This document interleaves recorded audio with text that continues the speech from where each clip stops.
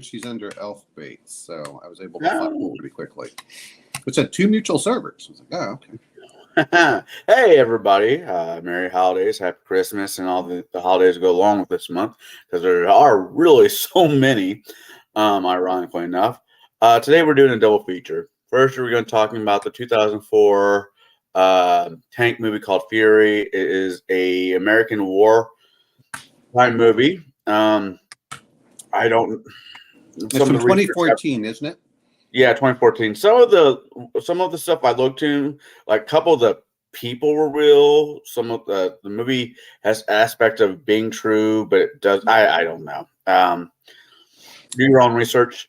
But we're going to be talking about that. Then after we get done talking about Fury, we will be moving on to the 1988 Blackadder's Christmas Carol, which was so damn refreshing.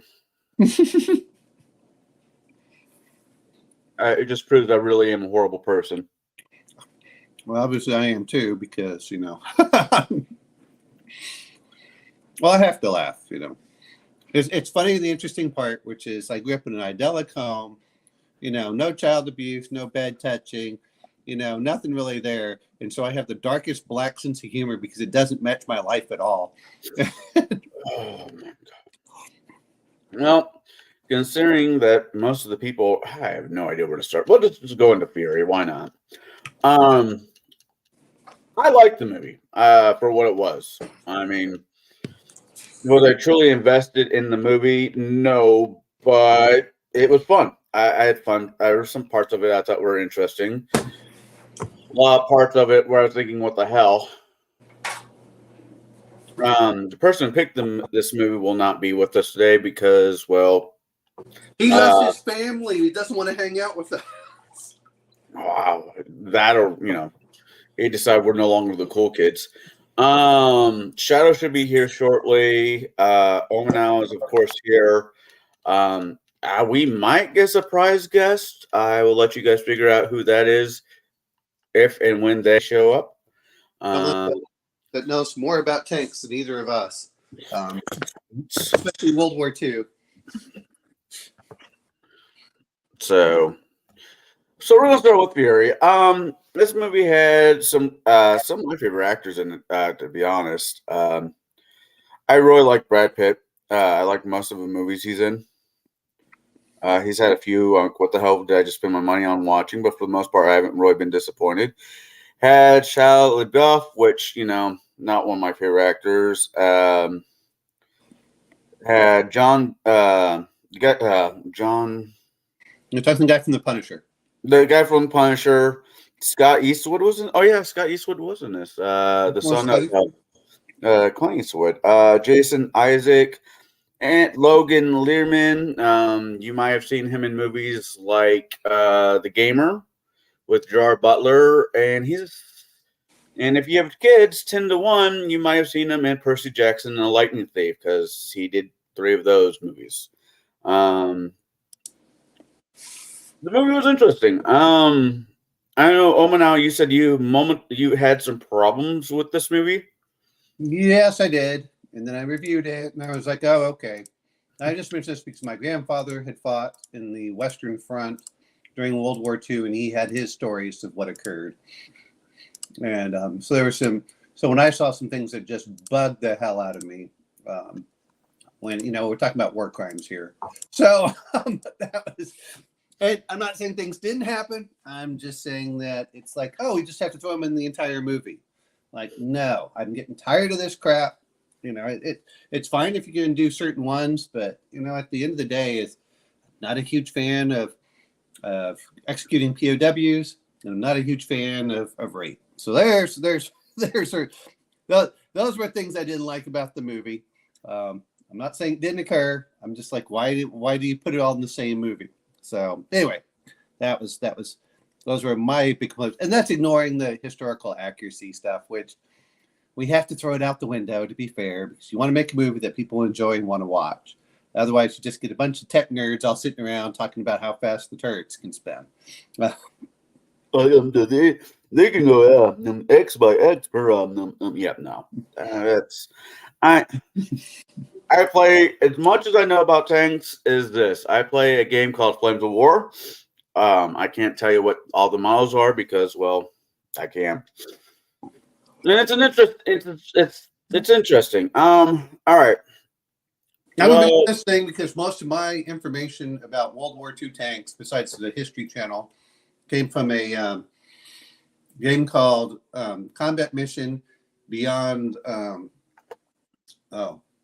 Beyond Overlord, and it was the U.S. versus the it was 1944 basically, 1944 and 1945, and I know Connell and I discussed some stuff last night, but we'll review it later on.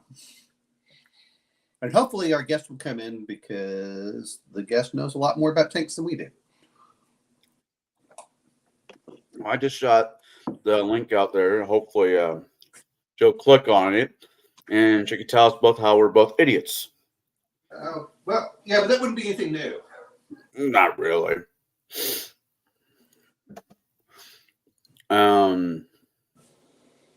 Yeah, no, yeah. Come save us, please. Help me, Obi-Wan. You know that. No. Sorry. Wrong year. Right. Yeah. Was there I'll do some of the softball questions. Was there any character you liked? I mean, hated least? Well, to be honest, is I liked who was the other, we're not talking about the main Fury tank. I liked the other commander in one of the tanks that I had that I think had the 76 millimeter. Right. Oh, I forgot his name. If it is who I think is, he passed away a couple years ago. Oh yeah. He's the guy who took a round to the head. Yes, yeah. When he was the tank commander in one of the other tanks. Yeah, it didn't. Oh my god, this movie was graphic, in a good way, right? I don't know. It's not like Revenge of the Nerds, Come on, different types. Yeah. No. Yeah, Revenge of the Nerds, but with tanks. What does that mean? I don't know. You tell me. All right, so I kind of.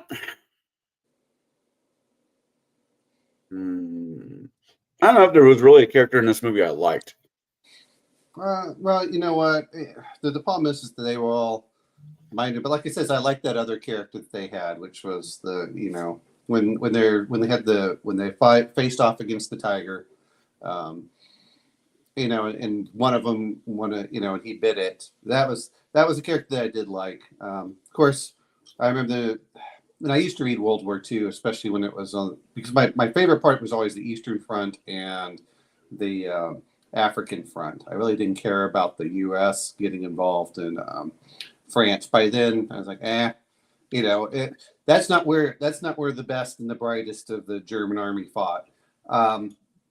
They fought in the eastern side, and in many ways they were hoping the Americans would take over, so then they could turn around and fight the Russians or the Soviets. I'm not sure why anyone would ever think that, but yes, that was part of it.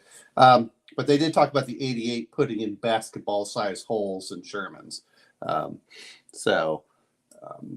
Now that was just anecdotal, but yeah, the 88 millimeter gun, which is what Rommel used in his Africa campaign, was later put on the Tigers, and that was just a devastating gun. So there isn't much bouncing for that one. But yeah. Here we go. Here's our expert. There you go. Thank you for coming to save our sorry asses, because it's a tank movie, and other than my bio dad being a tank driver in Desert Storm, I don't know much about them. So you've seen this movie. I asked you this last night. You saw this movie once, twice. Quietly. Yeah, I mean, it's been a while, but I've definitely seen it a couple of times. I enjoyed it for what it was. That's fair. Now, what tank were they in? What was the main tank? The Fury Crew? Yeah, the Fury crew. Yeah, so Fury was a late war Sherman. It's the M4A3E8, nicknames the Easy 8. So it had the longer barrel, the 76 millimeter gun. It had Tiger? the upgraded suspension. It had the wet rack ammo storage. It was kind of the end war Sherman. And what was the year that would have probably seen service? Like which part of the? It was probably what after Bastogne, or was it Yeah, I before? don't know the exact year the Easy 8 because I mean, the Sherman had a constant evolution throughout the war, right? But 44, it probably would have been the most common. You still would have had some of the short-barreled 75s, Mhm. but those are mostly being upgunned at that point.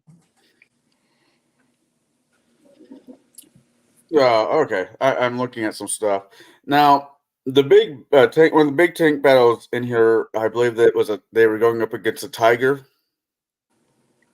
The Yes, night. that's the famous scene is the tiger ambush, which it's about everything wrong. The tactics were hilarious. The capabilities of the weapons and the vehicles was completely off base. I still enjoyed the scene because I didn't take it as a literal, this is a tank battle, this isn't a fight. It was a representation and it was the myth, the legend of the tiger tank is what they were fighting, right? Right.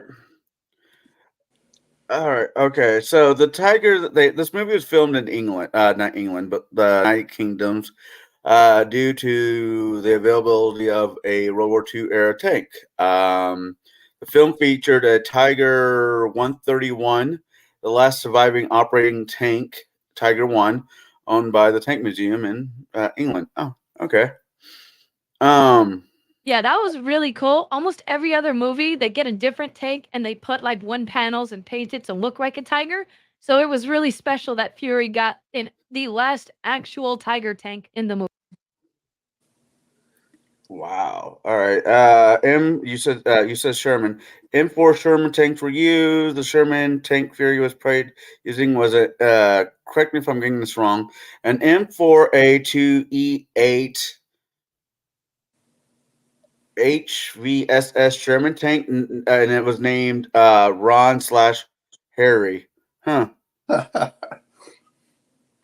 Yeah, the HVSS, that's the later occurred with the new suspension system and the auto stabilizer for the gun.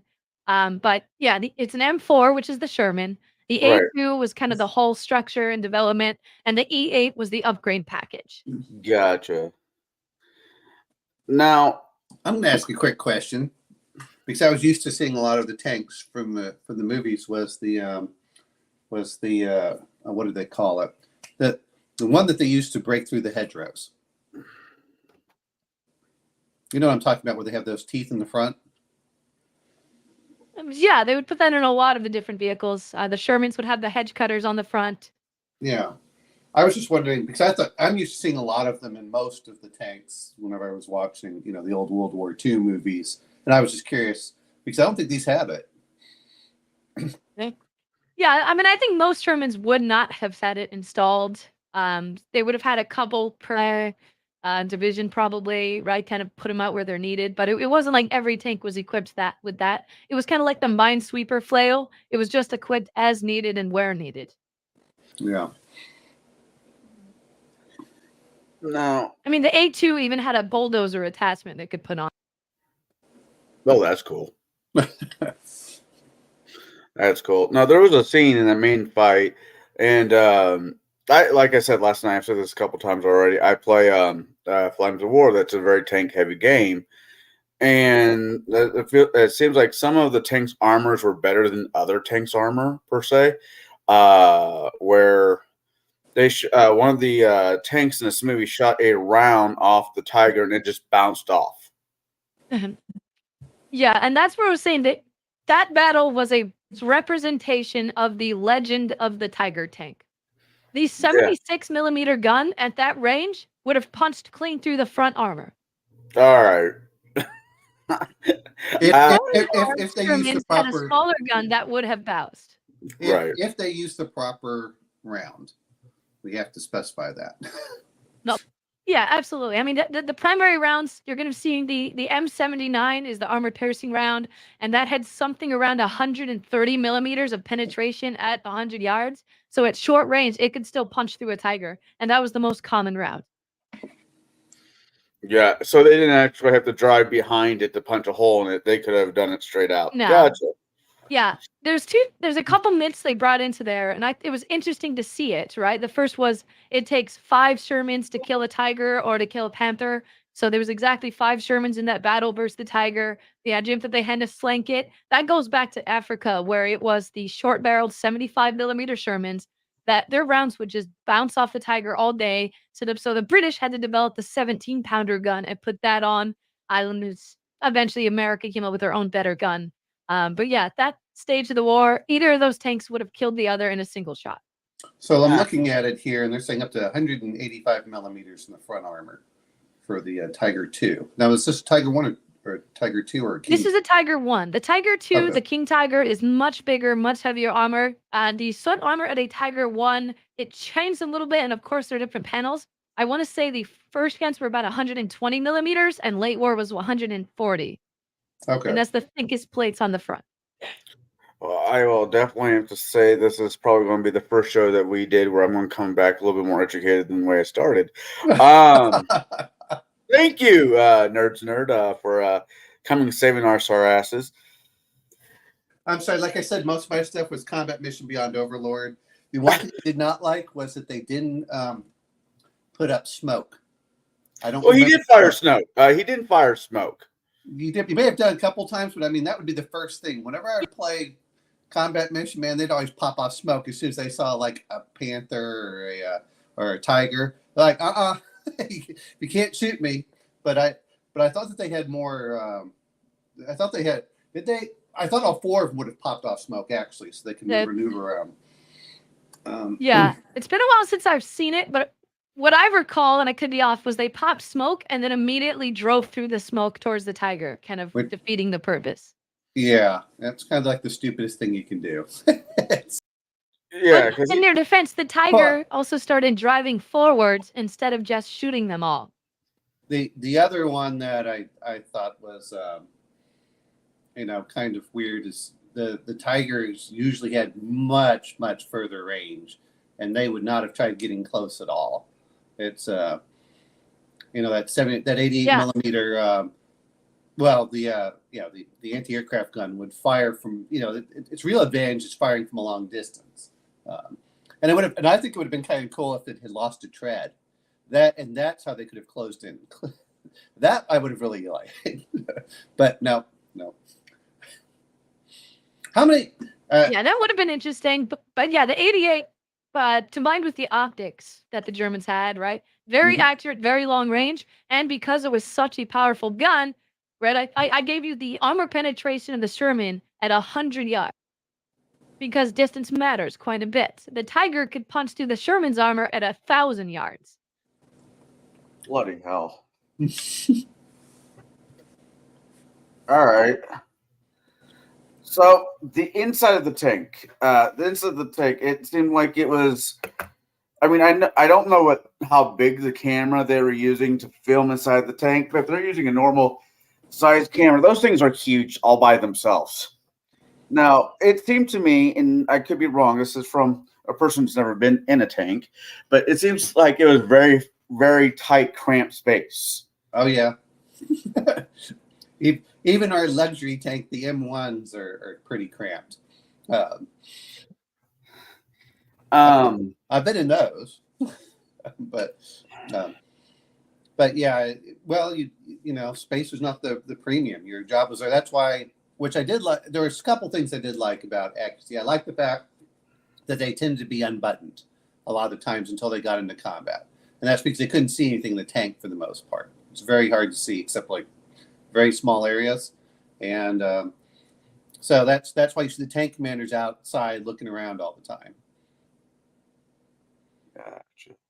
Gotcha. And I did like the fact, because I was going to complain at the beginning, but I did like the fact they actually used combined arms where they were being supported by the infantry, or they were supporting the infantry, because that makes a big difference too. You just don't send them in alone. Yeah, they did a great job of that. Kind of showing the combined Nazis. A tank without infantry is a dead tank. You can't see, you can't defend yourself. And I think they showed in the movie that the science shots with the rockets, the heat warheads punching clean through the side of a tank because there was no infantry guarding it. The Panzerfaust? Yeah, the Panzerfaust, I think is what they used in the movie. And of course, the Americans developed the bazooka as well. Yeah, well, the bazooka was kind of crap compared to the Panzerfaust. And I did like the fact they did use the, because that was probably the thing that got more of our tanks. It was not their tanks; it was more of the artillery that they used, the 76 millimeter guns. Was it 76 millimeter guns that they were using? Yeah. Yeah, they had a couple. 76, the smallest ones were probably 45s at that point. But throughout the war, tank-on-tank violence was fairly minimal. It was mostly anti-tank guns, artillery. Aircraft barely killed anything from what I recall. They would strafe and button and not do much damage. But killing tanks was definitely not the main cause.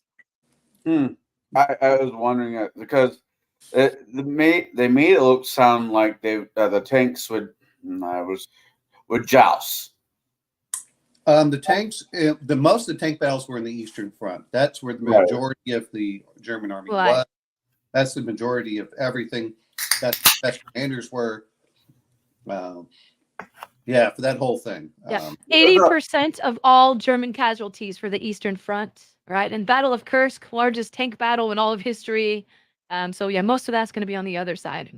Wasn't it like 10,000 tanks? I can't remember how many it was. Where was it? I know it was I don't recall, but it's some absurdly high number. There's like every tank in each country just smashing into each other.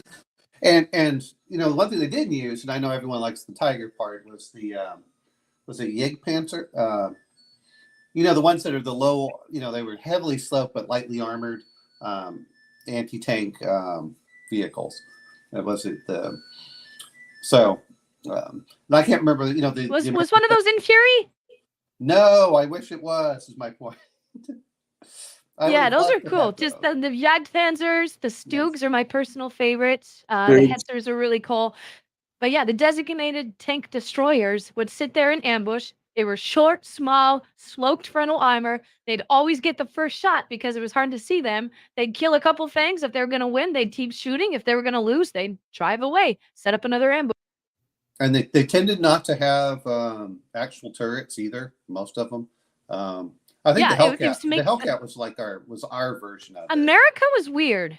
We were the ones who made turreted tank destroyers. No one else really did. Everyone else, the tank destroyer was cheap, but mass producible, small target profile, easy to hide, easy to ambush. America, on the offense, said we need something that's very fast, very mobile, able to flank around the side, drive where they need to be, and we gave our starts. But no armor. Well, like you said, tank battles. As much as we talk about the 76 millimeter, I think the 75s did most of the anti-infantry support. Yeah, 75 is a fantastic infantry support weapon, and that's what the Sherman was supposed to be. It was the infantry support, and if they needed tank destroyers, they would call them in. They'd call in the Wolverines, the Hellcats, to go do their designated job. Yeah. So the Firefly was British. That was the regunning. Yeah. Speaking of the British tanks, I don't know if this is true or not, but I always heard that in every tank came a tea set. So when tea time happened, the British soldiers had a way to make and have tea while they're at war. I'm like, that just seems incredibly British. I'm gonna. I know they do now. That's a modern thing. I don't know if it was true then, but they absolutely do now. I can say this in the 1980s. We're Forager. Not that I guess everyone here is too young to remember that. It used to be the return of forces to Germany.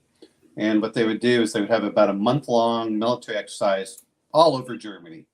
And so my father had, I'm not sure if they were part of his unit. Anyway, it was one of the aircraft pilots that used to live beneath us. And they were warrant officers. Well, they couldn't fly all the time, so they acted as infantry during the exercise when they weren't flying the helicopters. So they snuck up on a British unit while they were having tea. And they killed the unit. And all they did was hear the British complain that it's not civilized to attack during tea time. So I would not doubt. You know what? Even if they didn't have the tea set, someone would have brought a tea set with them. Actually, I saw there was a Ukrainian guy with by the name of Lindy Beige who was interviewing a guy, and he brought his little metal tea thing, to get hot water. And so yes, I don't doubt it. I love Lindy Beige. He's got some really good stuff. Well, and if you saw his interview with the I don't remember the guy's name, but he was fighting in Ukraine, and he was interviewing him on his experiences, and that was one thing that he mentioned. He said just the morale boost of having something hot to drink made a huge difference. Yeah, I mean, the Soviets, built their little kitchen carts that they would pull around and get the hot meal, boost the morale before a good fight. It worked.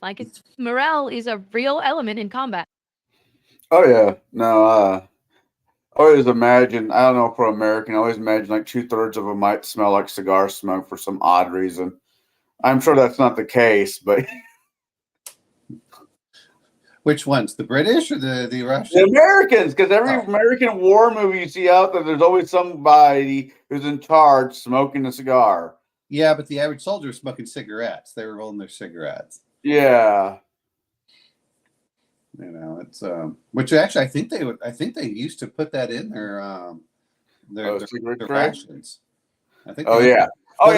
Rations. The cigarettes were part of rations. All right. No, I said this last night, but the character that Brad Pitt was playing was an actual real person, Staff Sergeant Lafayette G. War Daddy Poole. No, you mean he was based on? That wasn't his character. Yeah. Such as no, you're right. Yeah. Trying to look at my own bloody notes. Yeah, because we talked about yesterday where he survived to 71 or whatever. Yeah. Now, what's the likelihood of was that a Hollywood thing that they had that little portal on the bottom of the tank that they could just slide under? Or is that a real feature? No. So the Shermans have the highest crew survival rate of any vehicle in World War II. You'll hear some myths about other things. It's all wrong. And the reason is a couple-fold there. The rate of burning was only 2% higher, and that was before the wet rack ammo storage, which prevented that. And the second was America went into this saying, we're going to reuse our crews. If a tank gets knocked out, but the crew survives, we've got factories. We can build another tank. We now have an experienced crew. So they built those escape panels, those survival mechanisms into the tank so the crew can just hop in the next tank, roll into battle. Whereas a German or Soviet tank got hit, half the crew's dead right then. They have to get new recruits, new training, slows things. Gotcha. Yeah, it makes a huge difference. Well, it's just like the pilots, it's you can't. Yeah. That's what really got the Japanese. They lost their experienced pilots during Midway, we can talk about everything else with the Zero, but losing all of those pilots, it takes years to train it. And an experienced tank crew, you can replace it, but you're replacing it with just like they did. Hey, you're some green, you're green, good luck, kind of thing. And they're like, well, wait a minute, I haven't even been trained on this. I did hear from some World War II tankers, though, when I forgot what it was. It was one, when they were interviewing them in the 90s and stuff. And they said that they were pretty mad because they said, this is the best tank in the world and blah, blah, most survivable, blah, blah. And then they were mad when they started fighting some of the Panthers. And they said, no, it's not the best tank. Now, from a logistics standpoint, it was the best, but from a, logistically and reliability, it was, but not necessarily if you got a working Panther versus a working Sherman. Yeah. Panthers were absolute monsters. They were the apex predator on the battlefield. Sherman's mistake was making too many different types of tanks and tried to support the logistics for all of them. Where they came up with the Panther, the Tiger 2. They all do the same thing. They're big, heavy armor, big gun. They should have made more Stoogs, more cheap things. Simplify the logistics trains. And that's why the Sherman was the best vehicle of the war, whereas the Panther was the best for combat. Now, I remember reading somewhere that when they're first concepting the concept of a tank, it wasn't meant for combat, but as a mobile medic thing where they can go run across the field, grab soldiers, and throw them in this metal box, and then have to worry about them being shot and killed. And somewhere it's like, yeah, that's a great idea, but let's attach a barrel and hit down the road. Now we have a tank. So, You know, is so years ago, if anyone gets a chance, the Fort, they may I don't know, the Fort Knox Museum, which I used to go to as a kid, had the various tanks, and they had some of the World War I tanks inside, and those things are massive. They're like 30 feet long. They're you know what they did is they put a gun in the front, and the idea was we'll break right through the German lines, and that was in World War One, and pretty much they broke down and got destroyed when they went across. But yeah, you know, once that occurred, they're like, oh, well, we'll do more. You know, we need to put more armor so we can go. You know, the idea was that they could just run over the machine gun nest, and not a so yeah. But I don't. It may have been implemented, but by the time that they actually were designing and everything, the idea was that it would just roll right over the trench lines, and they could, you know, do a big offensive and break through. Yeah, that's my understanding as well. As it was all about the trench. That's where war was. There was no way to safely advance. So having a vehicle, that's why they built tank treads. Was the wheels fall in the trench, the tank treads go over, keep pushing. You had the guns on the side from the early World War I tanks. Well, you pull over the trench, you shoot down into it, you keep moving, you break the line. And actually, you can see that in some of the World War II tanks. What was it, the Churchills, or some of them? They had the guns. They had guns on the side. They had the gun, you know, the big gun on the top as well. And they're just like, boy, these just look clunky as hell. towards the end of the movie, when they got to the crossway and they ran over a mine, which I heard it was common that, you know, the Germans basically booby trapped everything. After, you know, if they thought they could no longer get used to it, bombs go everywhere, mines, whatever. Could they have actually, if the SS troop unit didn't roll down on them, could he have actually fixed the tread and the tank to get it up and moving? Or was the whole thing just a lost cause and they should have just got up and left? I mean, was it just a damaged tread? It was just the track that blew off? There was a track and part of one of the, I don't want to say wheels, but one of the road wheel. Road wheel was yeah, so they carried spares on them. You see the pictures of the tracks as extra armor. They weren't really extra armor. They didn't really work. Maybe morale that helped, but mostly it was because tracks got blown off all the time. You can't armor your tracks. Right. So they get blown off. Your road wheels get destroyed. You'll notice most tanks had at least 2 road wheels on the side of it strapped somewhere to replace. They had extra bits of track. Very, very common to have those blown off and have to fix them. I'm going to bring this up I do a couple of M1 tankers, and they said trying to reset the tread when it fell off was a pain in the butt, and it would take them, you know, hours if not days to do it. So it's common even today. I worked at a place where they made not for tanks. At least I don't think they were for tanks. You mean for like excavators and stuff? For treads, but these things were solid metal things. They're about 75 pounds a pop, and I mean, there was 4. What? 2, 1, 2. Was it 4 or 5 that they had? There was 5 of them. There was 5 of them. You know, and these things are 75 pounds a pop. Plus, you have to lift it and do the mechanics. So it was in theory not practical, but impossibility for them to be able to fix the damn thing on the side of the road. Yeah. Damn. Yeah.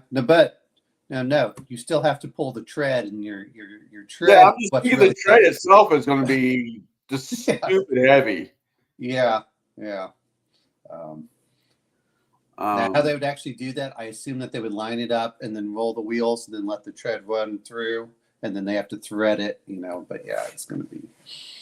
I've never having done it, and I just talked to a few tankers when I was young, so that was. I had the great misfortune of having a job where they decided that they wanted to make, you know, treads, and I needed money for reasons. You mean life? Come on. It is slightly overrated. I'm trying to think of other questions I have for nerds, to keep her interested in talking to us. So, which parts did you not like, nerd? There we go. So, I mean, I think I have the same complaints that most people do. The final stand at the end, really cool stylized action scene, but incredibly stupid. Made no sense at all. The Germans could have just walked around them. Like it falls apart at even just a cursory thought. Yeah, as soon as I saw, I said, "You're not going to be attacking in a line. You might hit first, and then immediately they would disperse off to the side. It's dark. You don't have night vision at the time. You're on fire. They can see that, and and I think the Panzerfaust were very common. So the idea that they would have shot into the tank to me doesn't make as much sense. So, you got Panzerfaust, use those things on it, and also the singing of the Germans. By this time in the war, that's especially during daylight, you're likely to be strafed and things of that sort. And I think they were in Germany at this point, so I can't quite tell what year this was. Yeah, this was like 44. It was right at the end of the war. They were mentioning that the German war machine had collapsed. They're retreating back to Berlin, and this is the final push. They even made a scene about, I think it was the P-51 Mustangs flying overhead, and how they were like, "Where's the German Air Force? What happened?" And someone's like, "Yeah, they all got shot down last year. We own the skies now." I'm thinking it was 1945 because this was the complaint that I had when they were saying that they were shooting SS soldiers. Because my grandfather had been captured and he didn't know what an SS soldier was for the most part, and he was escorted by a regular German soldier and an SS soldier because he'd been shot in the knee, and so he and two other POWs were going along, and he said, "Man, he said when he was in the prison, they." He said, "What is going on? Why are they treating this guy like royalty? He must be a colonel or something." Like, "Oh no, he's a lieutenant." And like, "What?" He said, "Yeah, but he's an SS." So some of that is I was mad about that. It's like they didn't shoot SS because my grandfather was not a stupid man. He was he had his normal flaws, but he wasn't stupid. Yeah, my grandfather has a bunch of stories about things that he did that he shouldn't have done, but and they were humorous whenever he told them. But when they were saying that, but apparently there was an order after the massacre during I don't remember the forest, but but I'm talking about the massacre during in December where they shot a bunch of American The POW one. Yes, Yeah. there was an unofficial order that all Waffen and SS soldiers would be shot. So that's what I was like. First, I was like, no, I can't do that. I was doing more research and like, okay. The other thing that bothered me was I saw 2nd Armored Division and they acted pretty sloppy. I'm like, no, that was Patton's stuff, and Patton was a stickler for discipline. He used to run inside because I remember hearing stories about because they talk about stories, but he'd run inside to make sure soldiers were wearing their helmets in the latrine. Now I can't remember. Was it the Big Red One that was over in the West as well, under Roosevelt during D-Day?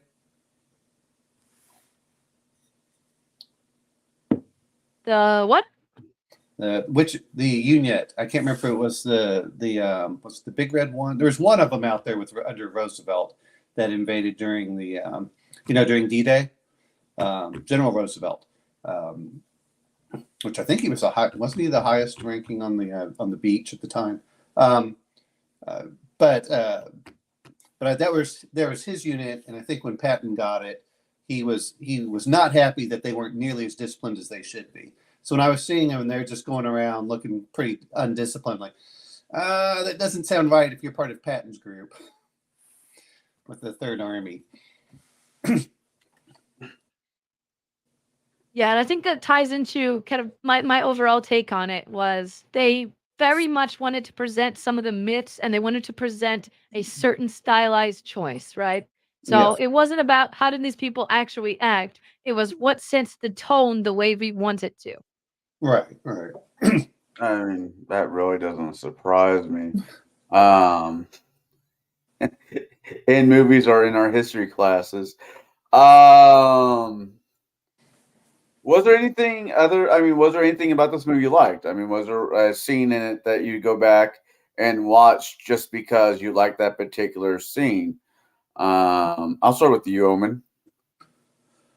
Oh, there are a couple of them. I'm not saying it's perfect. It's you know, some of the well, how do I want to put this? I did like some of the tank battles. Of course, they got overly stylized. You know, if you want to do another one, which actually I like better for the tank battle, it's the T-30. It's the Rush movie. Was it White Tiger or T-34? It's one of those two. Um, and you can tell it's very similar technology for how they did it.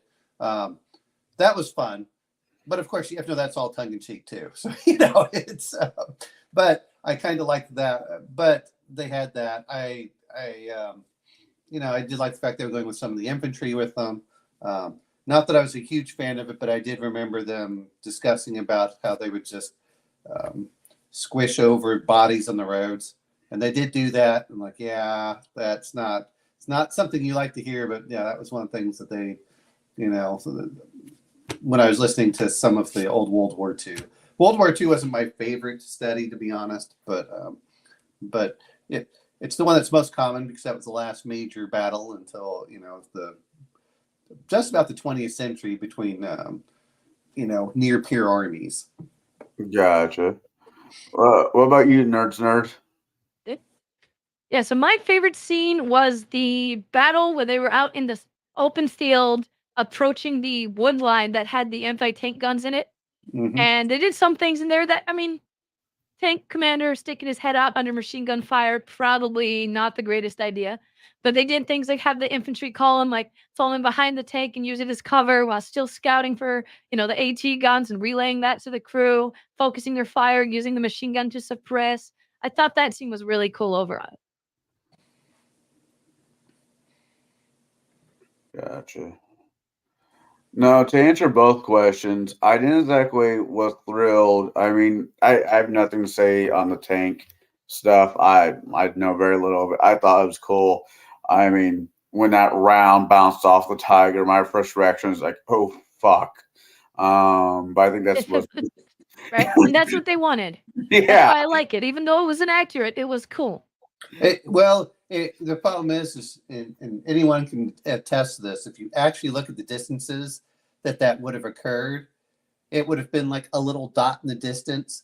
You know, like you can't see anything. If you've ever watched the stuff that whenever they do the GoPros and things, and they're showing soldiers shooting each other, you know, shooting at each other from long distances, yeah, you don't. I mean, that's only 100 yards, and you can barely see another human being over there. I'm not saying you know, as people are running around and stuff, and to put on the big screen, and we're going to do 2,000 yards. You might see a muzzle flash. You might see, you know, you probably look at your optics, and yeah, I'm not saying you couldn't see it, but it would have been, you know, it doesn't look that intimidating when something's that far away. You know, it's like no, you know. but you know, I found out through life it's not the big stuff that gets me; it's the little shit that you know ends up fucking me in the end.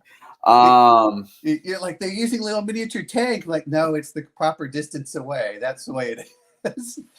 That's one of the things I used to do. It's in combat mission. Because you blow up the tanks, so you could see them. But if you put them down to actual scaled size, they, you know, you barely see. You know, they're like little dots in long distances. You know, so. For parts I didn't like, well, any scene that Shia LaBeouf talked, that's not fair. I didn't like it where, to be fair, and this is what bugged me because my grandfather had someone like this in his unit. Was a religious guy, and Brad Pitt grabs a gun to shoot the soldier. I'm like, no, that's you know, that was seemed way over the top. One thing I did like though was when they were trying to get this, you know, when they were going into the Burgermeister, you know, the Burgermeister and stuff, and they showed the young girls and little kids coming out, you know. Yeah. Yeah. My grandfather was not happy about having to fight that. He was pretty angry because at the end of the war, the Germans would handcuff you know, young teenagers to machine guns. And he was not happy because like we had to shoot them. But what else are you supposed to do? He said, but they couldn't run away. They couldn't surrender. And you didn't know until usually you took them out.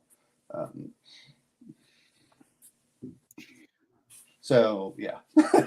Yeah. If they would have, the whole scene when the whole 10 minutes they were in town. I normally ask people on Nerds what scenes would they cut out from a movie, what parts would they continue on just for a few minutes longer.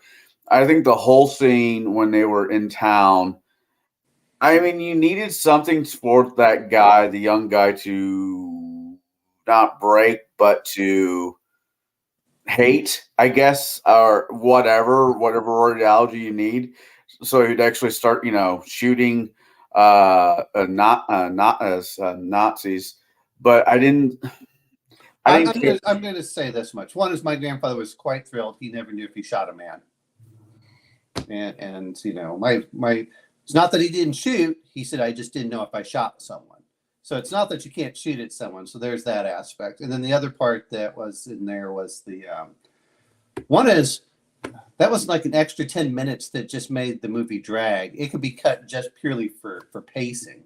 That I'm like, it didn't really add anything to the movie. It slowed it down. It didn't show them as good people. I don't know if this is accurate anymore, but I once read that 60% of new recruits shoot up in first combat, then shoot at a target because the unwillingness to kill is still very much it's very much still in them. So I'm just with the character with the kid. I just needed to break him of that, and him shooting when the part you don't like when Brad Pitt grabs the prisoner and is trying to make that kid. You mean the war crime? The war crime. Yeah, well, it's not a war crime the first time, right? No. That's because my grandfather dealt with a kid exactly like that, and they all made fun of him. He was religious. He was holding his little book. They all like, he's not. And remember, my grandfather was an infantryman, right? And I think he hit him. He either got shot or hit in a mine, and they had a bunch of German snipers. And every time they tried grabbing him, he's like, "Go back, go back." I can see him in the ridge, and he said it took 4 hours before they could clear that ridge out so they could rescue him. Gotcha. So this whole idea that you have to go shoot now, and I'm not. And my grandfather literally beat a guy who badmouthed the lieutenant. Well, that was his story, and I don't doubt it. But with the guy armed with the bayonet, he threw and basically beat him and put him on the ground and said, "Now don't ever do that again." But yeah, look, if you're doing that, you don't put the person near the front. You also, that was the other thing I didn't like. You're running right next to a grass line. Where are your infantry? And infantry, which I'm glad they did do some of, the infantry usually rode on the tanks anyway. So, I understand what they were doing, but no, you don't. Most of the time I've heard of whenever they'd say they'd shoot someone is they would send someone back and say, give him to the MPs and hurry back. And I've heard several stories of that. But, having everyone around, I'm like, where's the lieutenant to stop this? There's a lot of things. The other part is you don't want your opponent, which is the real reason people ignore, which is what happened with the Americans, is you don't want to commit war crimes because it just hardens the other one, your opponent, and they're less likely to surrender. So, there's that. And would the Soviets do it? Oh, absolutely. Reading plenty of stories about how the Soviets did that. And I'm not saying it doesn't happen, but, the fact that you have to grab a guy to shoot, no.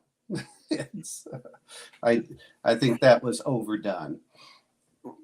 What about you? What scenes did you was there any scenes in this movie you just outrightly take out, nerd? So having not seen it recently, I'm sure there were several, but they were so forgettable, which is why I would have removed them anyways. Gotcha. I guess I only remember the highlight. Only the highlights. That's fair. Like I said, I wanted you on the show because at least you knew something more about tanks than I did, and so I thank you for coming in here, putting up with us.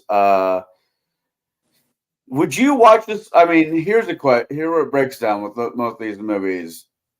Would you watch if somebody was like, "Hey, I want to watch a tank movie for whatever reason"?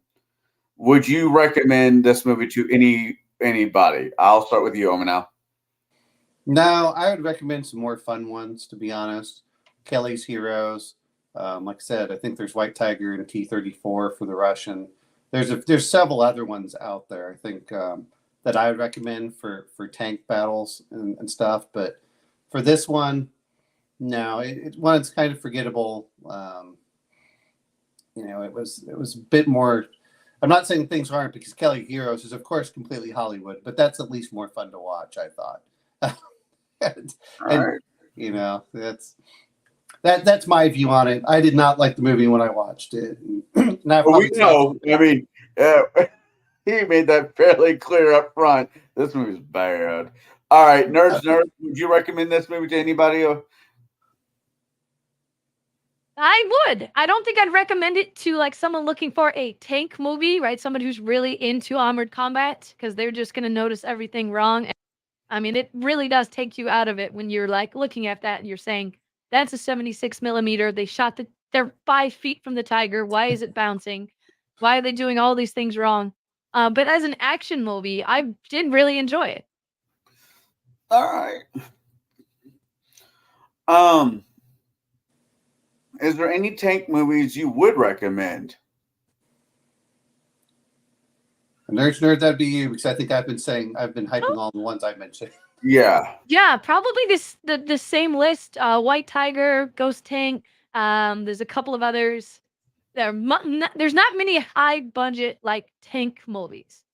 Like I said, I think was it White Tiger or T-34, or it's one of them. I think it's Russian and it's in subtitles, so you have to deal with that. Yeah, there's 2 or 3 that are like that, where they're Russian films. There's a lot of them, because the T-34 especially still has cultural significance to Russia, right? That was their war. It wasn't World War II in Russia. It was Germany versus Russia. I forget their own name for the war, but it was like the war for the survival of the Soviet Union, something like that. So it still has a cultural significance, and they make a lot of movies about it. Whereas America, I mean, most people wouldn't recognize the Sherman from anything else. There's not really a strong association unless you're already a World War II kind of aficionado. So you get a lot of Russian movies made about tanks. Gotcha. I'm pretty sure I know a few Americans that think the only tanks out there are Shermans. And don't get me wrong, if I remember correctly, the United States provided the Soviet Union a lot of Shermans as well. All right. Oh yeah, it was something like $700 billion worth of equipment overall. Like, it was massive. I mean, my grandfather. Well, I'm sorry, my father got a couple of, when the Soviet Union fell, they started opening up things, so there were a lot of weapons dealers. So my father got a couple of 45s that were given to the Soviets in World War II, and then they were sold in the open market, late after the Soviet Union fell. So yeah, it was. I can't remember if it was the Great War or whatever it was. Great Patriotic War, I think that's what it's called. Yeah, that's it. Yeah. And that was huge. People don't understand, that's this whole thing. And that's where I went through, and I always thought it was funny, because I had a couple of friends from Nigeria, and they're like, well, the Soviets did this. Yes, I've known. Ever since I got my Time Life books in the 1980s. Not my Time Life books, my father did. So I'd go read them. Let me go read this one. Like, who cares about France? I've heard enough of this. I know that sounds bad, but and when it comes to war movies, I think there are a lot of other ones I enjoy more. And I agree with you on the what was it called? The HBO series. Oh, Band of Brothers. Yeah. That's one of my favorite ones out there. Although there's aspects of it kind of bothers me. They did they became a paratrooper just to do one jump. Yeah, that was. And Well, I mean, if you look at it, there was Anzio. I think that was the one, and then of course there was D-Day, and then the if you want to talk about a war movie, which was Operation Market Garden, which was a complete disaster. But then, if you've ever seen the movie A Bridge Too Far. yeah, with Sean Connery. Of course, I've Yeah. seen that. Sean Connery in it. Yeah, but that was that was a disaster for the British, and it didn't make sense even when you look at it on paper. It was, but so there was that, and then of course I think that they did a jump in the 1950s as well. But those were your bravest, and I remember being in Germany in 1994. And they were doing the 50th anniversary, and those guys wanted to jump again into Normandy. And people were screaming, "Oh no, you can't let these old men, they might die." I'm thinking they survived. They survived Normandy. I think they can if you can survive Operation Overlord, I think that they've lived a full life at this point. 40 years later. So, nerd, what are some of your favorite movies? What type of movies that are you a movie person at all? Yeah, I'm not huge into movies, if I'm being honest. And I've got some soft spots. I love a good kaiju movie or a bad kaiju movie. I like some old kind of cheesy sci-fi. Of course, there's some movies that are so good it doesn't matter what you like. The original Alien, probably my favorite movie of all time. But yeah, I don't watch a ton. So quick question for you. Have you seen Godzilla -1 since we're talking about World War II? And that's like right I after. have not. Is that out? Because I've Yeah, it's Yes. been out. It's been out for about 2 weeks now, I think. Yeah, I think this is its second weekend. No one told me. Hold on, I'm dropping off the call to go watch it. Okay. But she has to go to the theater to see it. Yeah, I'm not gonna stop her. Whatever she thinks that works the best for her. Who am I to get into anybody's way? I'm there. Godzilla -1. Yeah, Have you seen it? Turns out I actually do have to drop off though. But it's great chat with you. All right, thanks. Appreciate you coming in. We'll see you. I want to see Godzilla -1. I haven't had a chance to. I do too. I'm trying to decide if I want to go see it in the theater or just wait till it eventually comes, to Oh no, it's got to be a theater. I've said this before. There's some movies you can get away with seeing on a small screen, and there's other movies that need to be seen in big screen. I mean, I might not be a huge Star Wars fan, but I will be the first one to tell you Star Wars movies, when they first pop, need to be seen at the theater. Lord of the Rings, as much as those movies drive me nuts, need to be seen at the theater. Godzilla, King Kong, those are the movies. Now, if we're talking like Pride and Prejudice, or hell, you could have saw MASH on TV. So I'm going to bring this up. Well, I did see Dune in the theater, and I'm not admitting that it is a spectacle.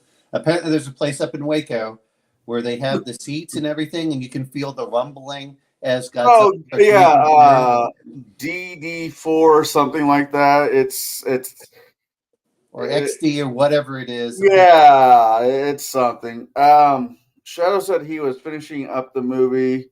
That was 15 minutes ago. Where is he? That slacker. He's probably using the restroom.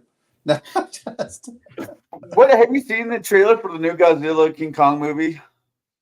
I did, and everyone's complaining. I'm like, I don't go see Godzilla, which apparently Godzilla -1 completely blows everyone's mind because they're like, it's probably one of the best films of 2023, Godzilla or not. But yeah, come on, it's Godzilla versus Kong. At a certain point, you have to. Look. That's why I liked. What was it? Godzilla, King Kong versus Godzilla, or whatever. Whichever. Yeah, they came out a couple of years ago. 2021 was the best movie because guess what? It gave me exactly what I wanted, which was Godzilla versus King Kong. Everything else is irrelevant, which is so much better than the previous one where they kind of hit every time that the kaiju were going to fight. They're like, oh, we're gonna cut back to humans. Like humans can get squished for all I care. I grew up, and this is Toho, the current one. That's Toho. That's the original Godzilla stuff. I've always loved Godzilla. When I was 6 years old, I had a big Godzilla thing that like shot off things out of its mouth. Yep, it was. So I've yes. seen. I know a bunch of people are saying they're not thrilled because his spikes have turned pink, like a hot pink. I've been told, and I'm like, as far as I know, those things have been basically almost every color to begin with. They've been white, they've been black, they've been blue, they've been red, they've been. So Con, I got to ask you this much because I know you have your special AMC, ticket thing. Oh yeah. Do they have Godzilla -1 where you are? Oh yeah. I've seen because of it. I've seen Die Hard, Die Hard, the first one, as my Christmas movie. This so far, yeah, Okay. I get to see 3 free movies. It costs me about $23 a month, and you get to see 3 movies a week for free, right after you Yeah. pay. So if you're looking at the prices of your average moviegoer, paying $23 for seeing 3, 6, 9, 12 movies a month, it pays for itself. Well, and to be fair, people don't realize this. Movie theaters don't make it off of the movie; they make it off the concessions. So getting your butt in the seat and buying a concession is what they really want. So I don't think soda should cost me $6 for a gallon, because that's more or less of how it feels anymore. hey, well, you laugh at that, but I remember one time they're like, because they give you the small one, it's like this big. Yeah. I'm like, screw it. You know what? Just give me the biggest one. And they give you one that's like this tall, and you're just like, holy crap, hey, children, we have enough for the entire family, I need 4 small cups and 1 big cup. Why? Reasons. Look, if it's your family, you can all share the straw, okay? Right.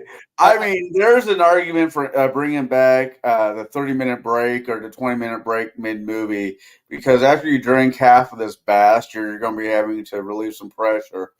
I'm all for that, actually. And we can talk about all these things, but when we were talking about Ben-Hur and stuff, especially Lord of the Rings, and this what gets me. The Alamo at one point decided to show the extended version of Lord of the Rings. That's what, 6 hours? Wait a minute. All 3 movies consecutively. Oh, son of a...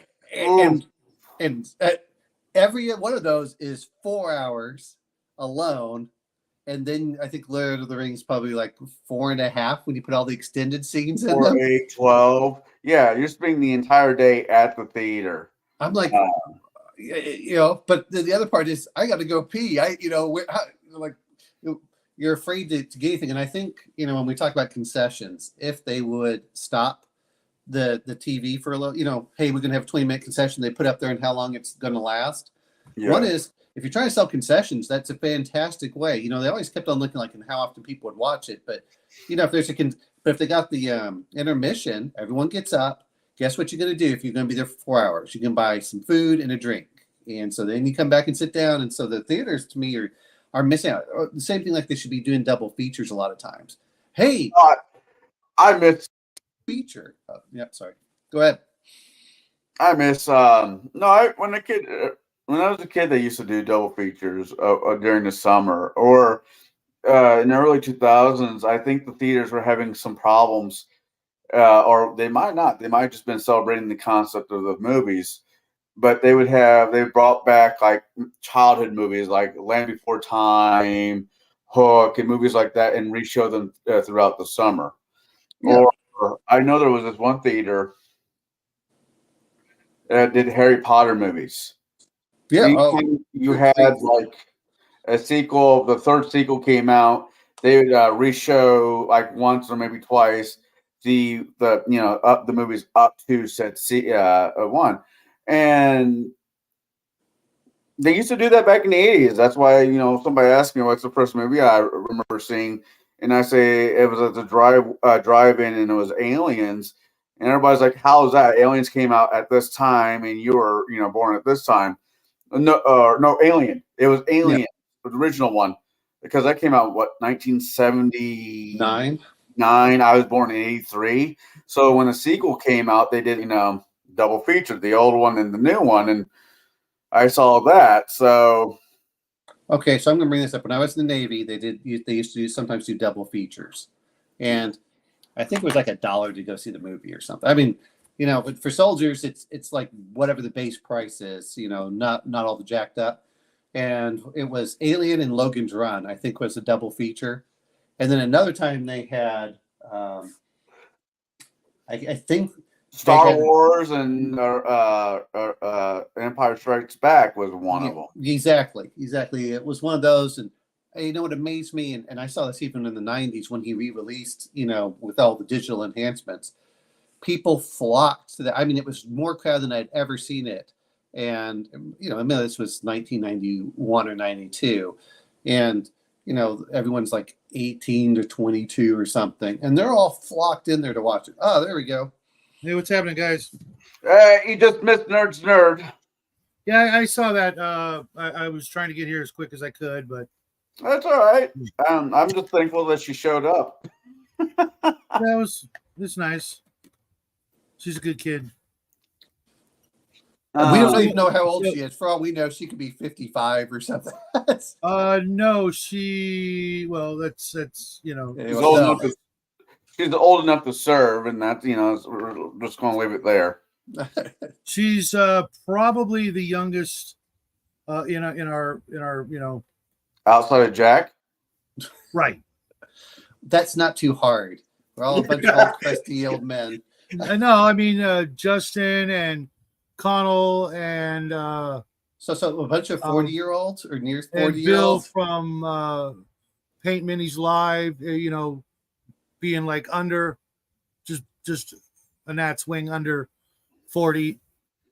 I thought Justin was still in his for some odd reason. 38. He's like 38. Okay. I keep thinking he's in his 20s, but whatever. No, Justin's like 38, 39, something like that. Okay. So you didn't see Fury, which is fine. About Blackadder, or are we still working on? We're done with Fury. It's up to you to tell us about Fury while we were waiting for you. What do you think? I didn't get to watch it. I had to choose just to be able to make it here. It was like Blackadder was 40 some odd minutes. I'm like, okay, I can watch it and still make it on the show, or I could watch all of Fury and miss the show. What would be the point? I can always watch Fury later. And with from what I heard, Omen hated it. So and some other folks I had talked to said it was pretty rough. But it is. It's not a great movie, but it's not a bad movie. It's there's nothing better on TV, and it's on. I guess I'll sit down and watch this. And whose pick was it? Mark's.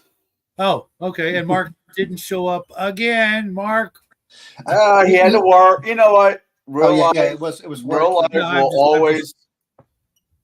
Yes, absolutely. But I was honestly thinking about just skipping Fury and just moving straight on to the Christmas movies. But I'm like, Omen already watched it. I watched it.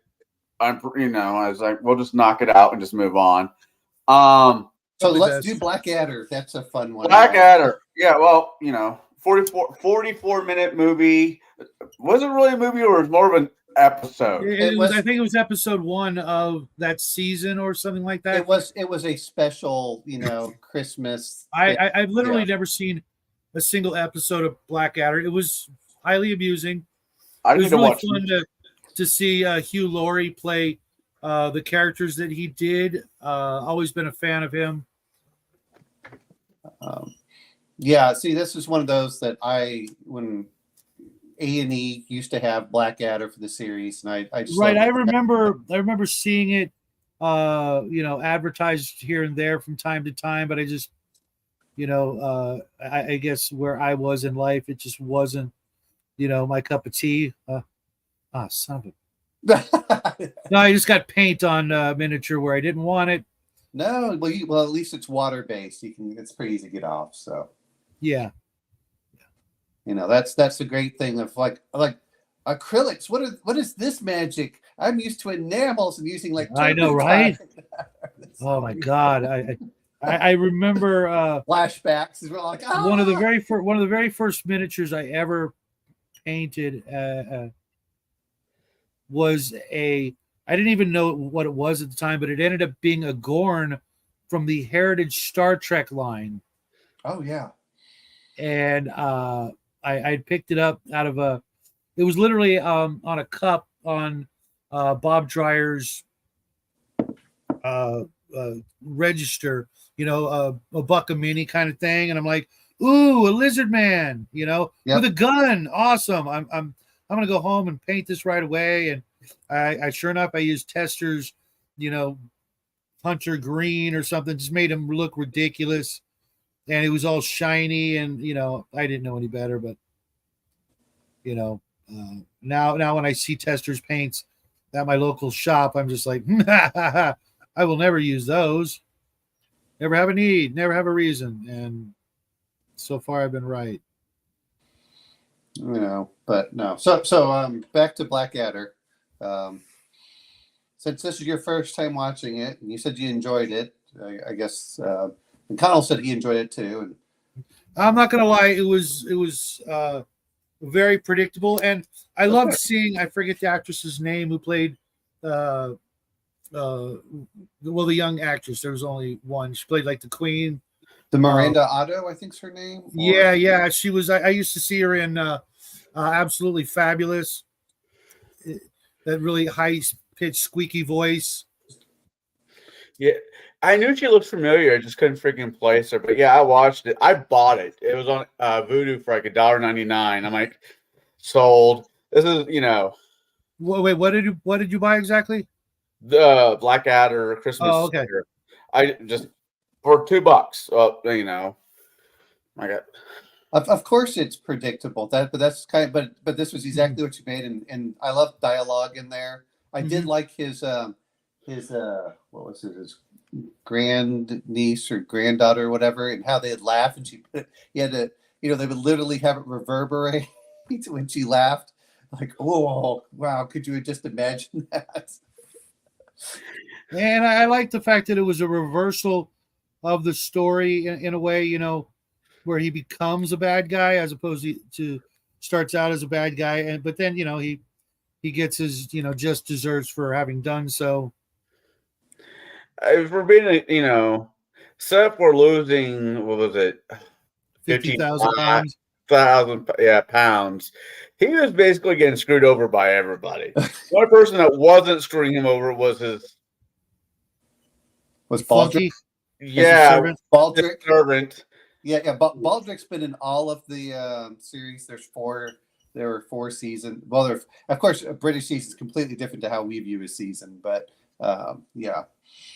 I was wondering how they're going to have Hugh, what part he was going to play, and no, just the one. I think he was the guy, Prince, and he played one of the future husbands. Yes, right. And he's been in the series since the beginning. See, so when everyone's talking about Hugh Laurie, I knew him from that, not from when people talk about House, I'm like, it's Hugh Laurie. You mean the guy from Blackadder? He was also in, believe it or not, 101 Dalmatians, the live action. Oh, he played one of the bad guys. I remember him from that one. I think the first time I saw him, he was with Stephen Fry when they had their own show, Woozy and something. I can't remember. It's old British show. And Stephen Fry was part of the Blackadder cast. Yeah, he was General Melchett. I'm sorry, he was he was Melchett, with the Queen, and he also did. Later on, he was in Blackadder Fourth, which they didn't reference. Blackadder Goes Forth, which is World War I. He was one of the generals. So, but yeah, but they're all great. I mean, that it's a great series for that. I did feel kind of bad, when you're looking at it, and I still love when he wakes up and he's bad, and he goes, "Look," he says, "there's nothing in the stocking." He says, "Why? Let me see, Baldric." "Why, yes, there is." And he punches him. It's a fist. That's kind of messed up, but I know. That's why I enjoy it. And I want to say the guy who played Baldric was also in an episode of Doctor Who where he played a similar character but I could be wrong. It was a He's Tom really Baker good. episode. No, wait, no, it wasn't even Tom Baker. It was a Colin Baker Okay. episode, I believe. I could be wrong. It's been He's done a lot of this. I guess he gained fame for being Baldric, but he did some other stuff in the BBC referencing the medieval era and how they would do stuff. He was And in like, Plebs. he was Uh, yeah. He did like the like how we have the dirtiest jobs. He did like the dirtiest jobs of the Middle Ages, and how they would make things. He's been in a little bit of everything. I mean, he's very much a TV actor, which is nothing wrong with that. Because I'd like to be a TV actor. I really don't. But it looks like he's been around for a while. So him being in a Doctor Who episode as a British actor for a British TV show, that doesn't really it's not really surprise me. surprising. It's like what the Doctor Who, not Doctor Who, going back, what was those? What movies am I thinking? The Harry Potter movies, right? They only wanted to hire British actors. Oh, okay.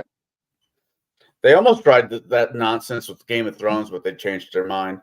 But yeah, no. So it doesn't really surprise me that he's been on that show. The Queen, the young Queen. I just remember where I recognize her from. The Merlin. Okay. The Hallmark Merlin movie. Not maybe it was a Hallmark movie. I don't know. But she was Mab. Really, the only one I remember was Merlin that I remember seeing was the one with I think Sam Neill and That's the one I'm talking about. no, the woman I'm thinking of was what was her name from Fight Club? Played Mab. Oh, that wasn't Mab. That was the same movie. That was very much is the same movie, but that's not. That was Morgana. Oh, really? Yeah. Okay. Oh, and she also played Beatrix, whatever it was in Harry Potter. Daughter, yeah. Oh, So I forget her name, but I've always liked her work. She's a good actress. She always does. And she was married to Tim Burton, or she's still married to Tim Burton. Oh, really? I don't know. I think they did another Blackadder Christmas special for 2022. Oh, really? Yeah, I'm not 100% sure, but was there? I don't know if there was just one thing about this movie, this thing I liked. It was fast paced. It was funny from beginning to end. I kind of felt for him when he just got ransacked by everybody. Helena Bonham Carter is the one we were thinking. Thank you. Yes. The depiction of Queen Victoria and Prince Albert was great. The woman who played Queen Victoria gave me the heebie-jeebies. Well, to be fair, Queen Victoria gave a bunch of British people the heebie-jeebies, so it all worked out. I can see that she was just awful. I just didn't like watching her. But I guess that's what they were looking for, and they were highly successful. So why did you pick this one out, Omanau? Because I wanted something that was funny all the way through. A lot of times, and I know that Shadow loves Scrooge. I just want, and plus, to be fair, Christmas is not my favorite time of the year. Couldn't tell. Well, it's actually one of the more stressful times of the year, but it was because we always used to do traveling, and it was always, it's the one time when I was burned out of school. I'm like, I need some time off. That's the one time my parents wanted. So one time my father had time off. He's like, oh, we're going to drive here. We're going to drive there. And I'm like, so it always felt stressed out for that. And so it did certain things for that aspect. But it's not that it's bad, but it was funny. It was short. I've always loved Blackadder. I like Rowan Atkinson when he does his skits. I liked him in Mr. Bean too. It was one of those, like I said, is Scrooge Scrooge was pretty funny, and then we get near the end, and they do all the sappy stuff, and then always just That's my favorite part. That's literally my favorite part of the movie. I hate the sappy. end. I hate sappy stuff because it's like, look, and they do it in like too many comedies, whatever it is, The Wedding Crashers, whatever. I'm like, no, I want to laugh all the way through, and the time that I want to stop laughing is when the credits start rolling, or actually the credits are over. But Bill was actually quite funny at the end of Scrooged, No, I never felt that. The last 5 minutes of Scrooge felt like the last 5 minutes of watching Saturday Night Live in the 80s. Yeah, it did. But I like that, the actually talking to the audience, I love that. It drove the message home of a huge part of what Christmas is, especially these days. I just don't want to do that. I don't want the sappy, look, when I want to see comedy, I want to laugh all the time for the most part. But it was funny. It was not funny. It was maybe been funny to you. It was not funny to me. I was like, there was one joke over. You're getting coal in your stocking this year.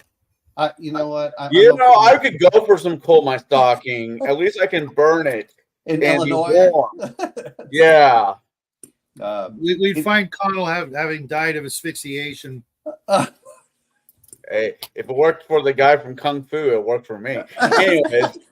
Wow. And in excess, yep. So you'd be in good company. No.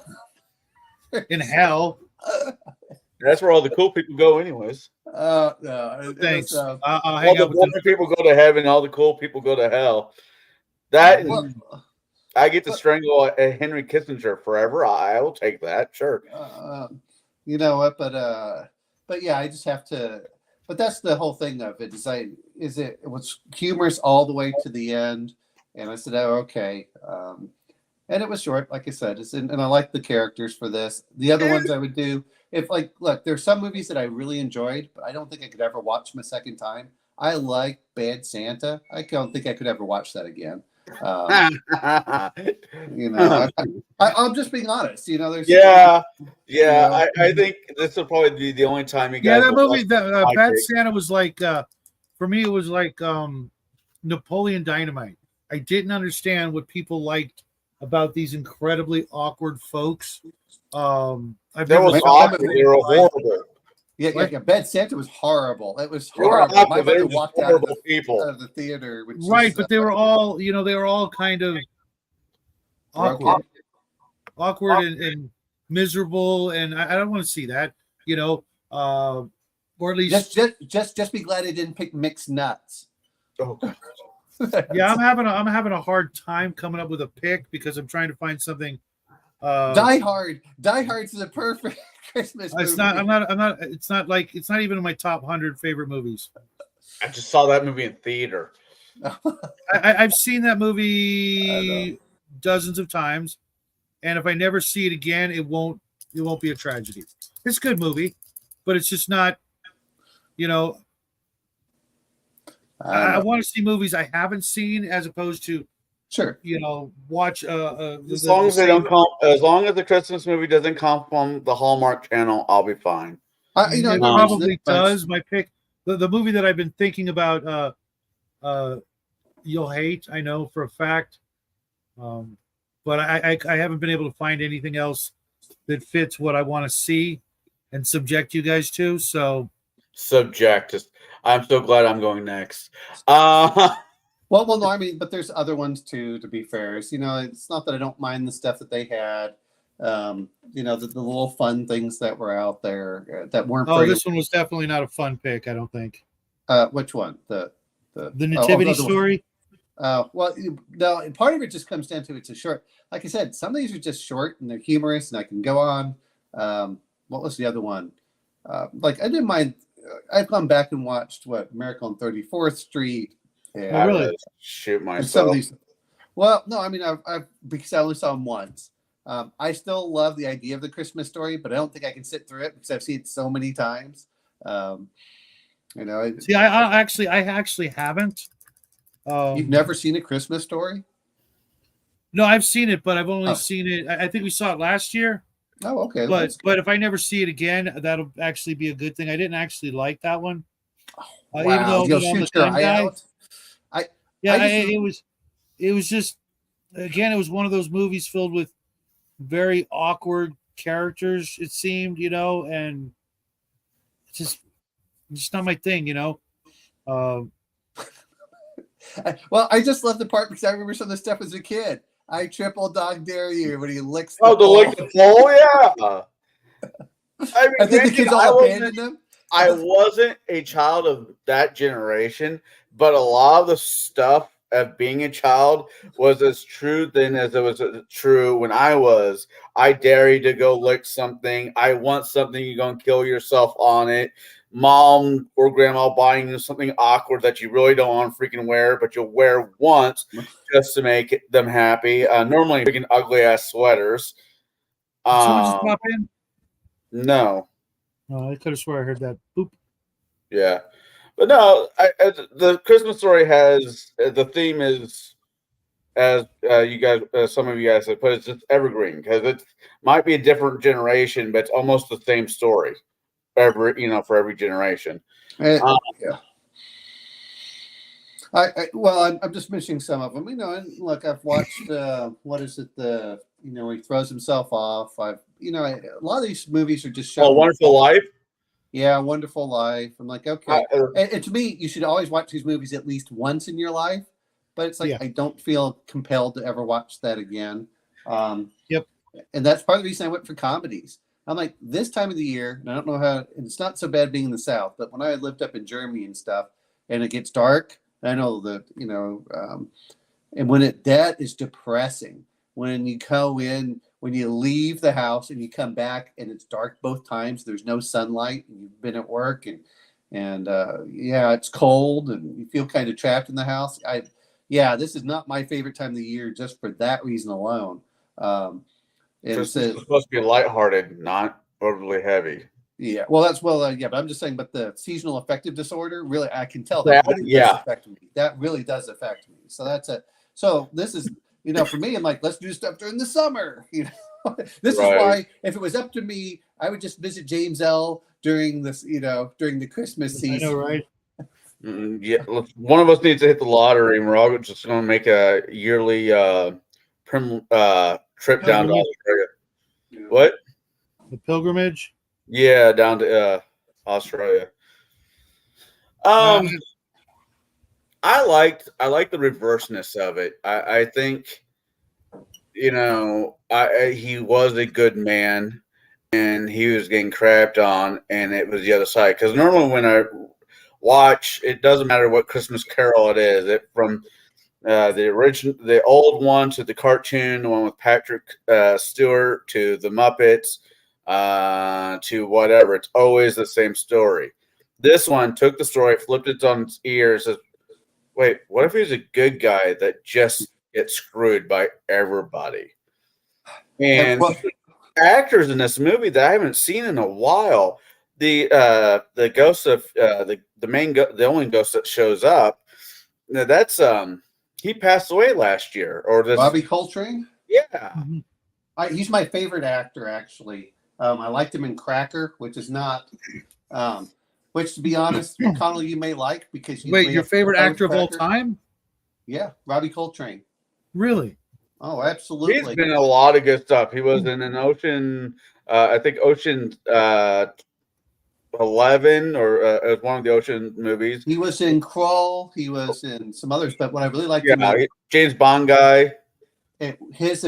I loved him in Cracker, which is a series I recommend if you want to watch a criminal psychologist break down when he does interrogations. But Connell, you would probably identify with him as far as drinking and gambling and all sorts of stuff. I do not.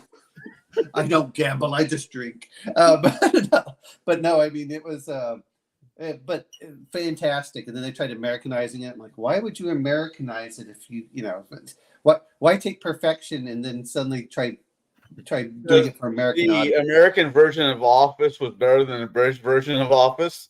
That's a pretty low bar. I couldn't watch. I watched the first season of The British Office, and I was like, no, no. And then I saw the first episode where they kind of copied one of the other ones. Like, Yeah, I'm out. I actually like the British version better, but I also like the think- British version of Being Human better. Yes, Yeah, I agree. I agree. Oh And, my God, and you actually watched I the can't series? stand what's his name, Steve. Oh, Steve, Michael off of the American Office. Yes, I don't think he's actually seen anything I've been able to sit through and not want to just leave. I can't stand that guy as an actor and as a person. I just can't. No, I kind of liked him in the 4-Year-Old Virgin, but there was enough other actors in that movie that made me want to watch it.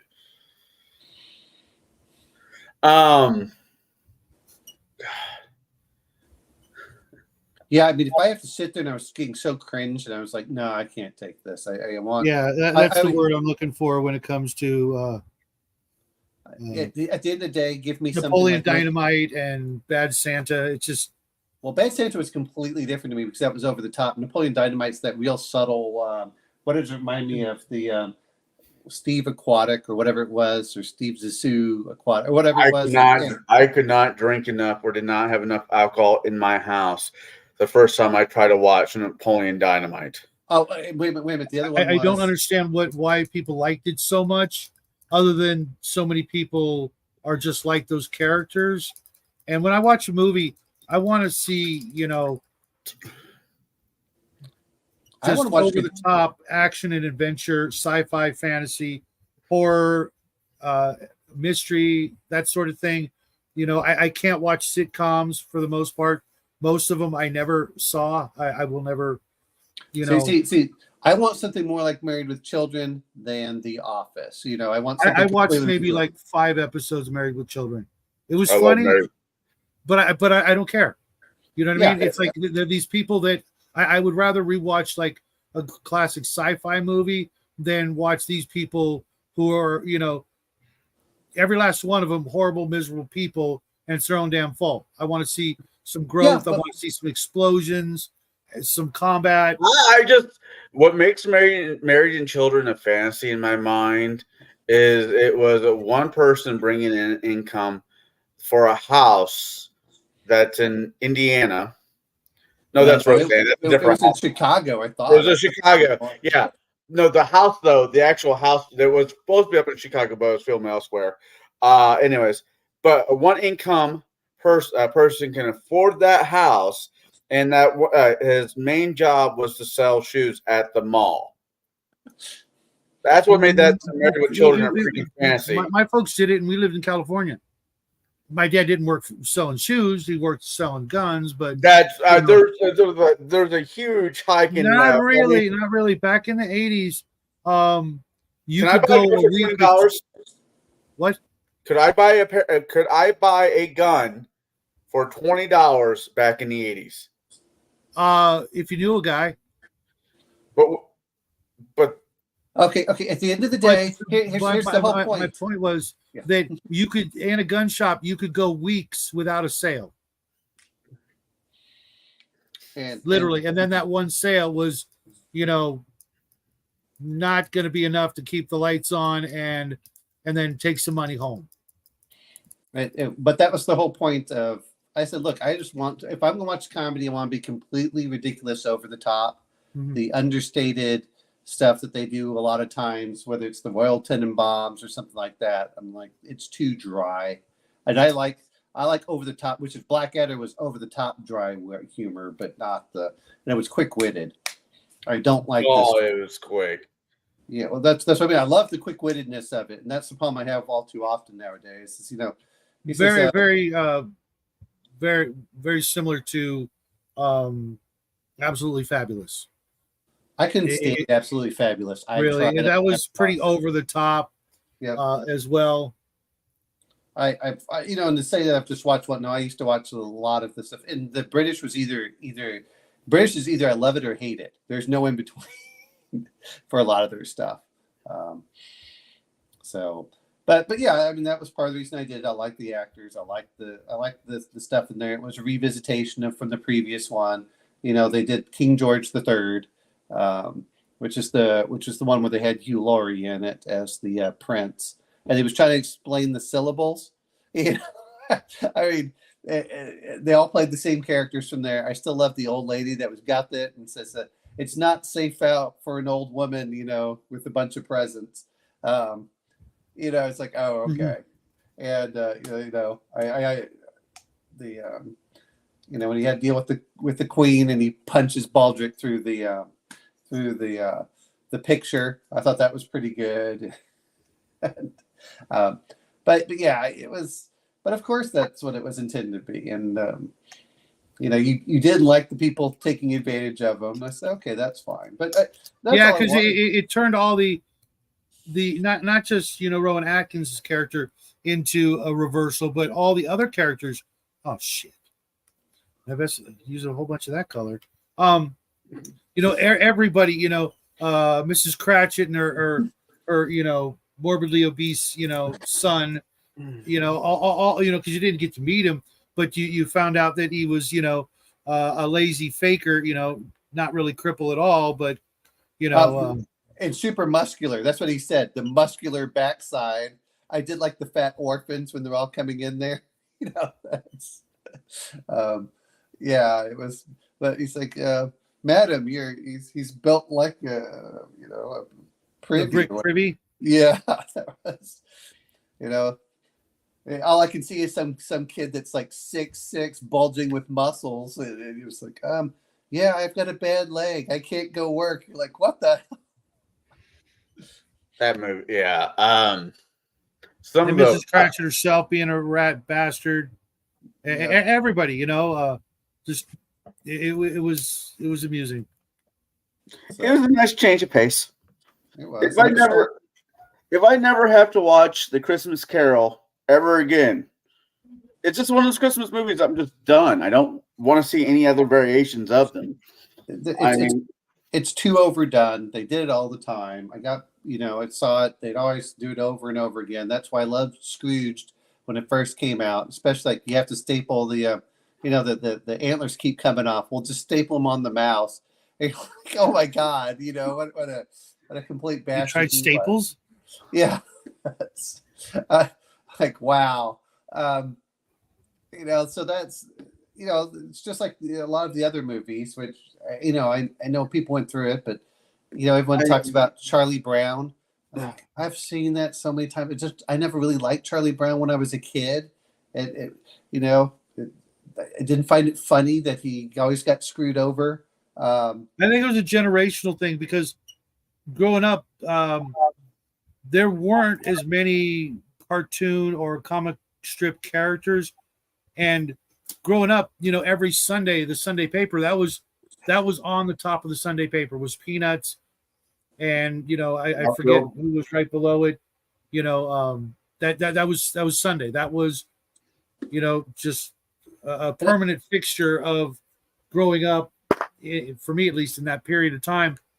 I even have a Peanuts hardback book that I swiped from my elementary school. I liked it so much because that's all there was, until you got to a certain point and could actually get comic books and things like that.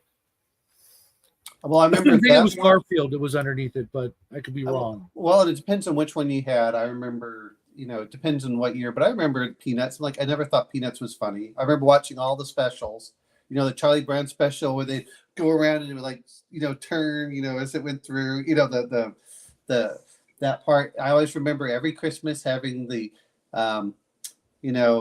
what were the little claymation things that they would have or whatever they were. Oh, like Rudolph. They had Santa Claus Coming to Town, which is one of my favorites. I love that. Rudolph and the Island of Misfits. That's what I should name this channel. Rudolph and the Island of Misfits reviews movies. The Frosty the Snowman. That was the regular animation. No, there's another one where Frosty shows up in his clay. Yeah, I don't remember that one. One. It's the stop motion that comes through. I honestly have never seen that one. You haven't? It was at the same time frame. When I I've seen Frosty, but it was a cartoon, not claymation. No, I think the Frosty one had it looked like the same thing, the same people that did Rudolph. Rankin Bass. Yeah. Well, no, not the cartoon. It was the actual stop motion. It wasn't the story of Frosty, but Frosty was in it. He looked like he became Frosty, aka Colonel Sanders from KFC. Are you sure? And it was a story. He showed up in the Rudolph. It was Rudolph he shows up on. No, I think it was the other one. I can't remember. Well, maybe I'm wrong. Maybe it was the cartoon. I thought that they also had it in the normal style. No, I've never seen it. Frosty the Snowman was always a cartoon, but no, it's not. Right here, I've got it. I mean, yeah, it's 1969. Frosty the Christmas Special. Yeah. And they have Rudolph in there too. Yeah, well, you know what? It was a stop motion, but it was the Jules Bass. The regular Frosty the Snowman, his origin story. That's all animated. There is no Rudolph. It's just, him trying to get to the North Pole. That's it. Right. A Christmas special, as you're talking about. Never even heard of it. But it could have been a regional thing, because I know Santa Claus is Coming to Town. That was like really rare. I've only seen that a couple of times. Oh wow! I've seen that one once or twice. I mean, I'd seen it a couple of times, but it was so rare growing up as a kid that I was always hoping that would come on, because it had like the origin of Santa, how he got his magical things. So much so that I bought it on DVD for Jackie so that we could explain the whole thing to him as a kid. Because his mom had no clue. They didn't do Santa Claus at all. Santa Claus doesn't go to Mexico, apparently. He's a racist. Yeah, he does. He's wait a minute. He doesn't go in person. Parents don't do that. Oh. They don't. They can't afford it. They don't do it. It's just not a thing. And so I was like, that's what I thought was funny. So I made sure that we, to this day, still do all of the traditions. Put cookies and milk out. Dad takes a bite out of a cookie and puts the leftover on the plate with the milk. He drinks some of the milk or give it to the dog or whatever if you're lactose intolerant. And look, see, Santa was here. Yeah, there's presents for everybody from Santa. They couldn't afford it. They couldn't do it. So they didn't. They have other traditions, where somebody, I forget who, Baby Jesus or something, puts candy in your shoes, like you want to eat candy after it's been in your shoes overnight. Okay, I can't pronounce that, but there is a Mexican Santa Claus. I don't know. My aunt had a thing that had Santa Clauses around the world, different versions, good old. And I remember seeing the Mexican one. I'm not saying that every family down there. Mexico is also an extremely Catholic country. At least it was. Right, but they don't normally, or at least Santa Claus or San Nicolai del Barra. So even the Germans have their version of Saint Nicholas. That's Saint Nicholas, and it's. And mind you, I'm not speaking for all of that country. I just know that Jackie's family could not do that, or his mom's family could not do that. They didn't have a TV till the 80s, and their entire family line, it was, poorer than most of us can imagine. I get it. I really do. Playing Santa Claus is an expensive ordeal if you have kids. I get it. Man, I have a few friends. I have one friend. I have two. I know at least three people that were born in December. One of them was born on Christmas. And as a kid, everybody thought he was got to be the luckiest kid ever because he gets birthday presents and Christmas presents. And the answer to that was no. He just got presents. Oh, see, my grandmother was born on Christmas, and so I used to tell her, happy birthday, and she was so thrilled because everyone else would forget. That was one, and then one of my friends is born on December 24th. and I got him a shirt, very similar to one of these, but it's since he's a Mason, it has a bunch of Egyptian symbology. Yeah, I gotcha. Mason symbology on it. So we're going all over. We're still talking about Christmas, but we're really all over. I would that is cool. Yeah, so It's different, but it's cool. yeah, so next time I see him, I'll give it to him. Is there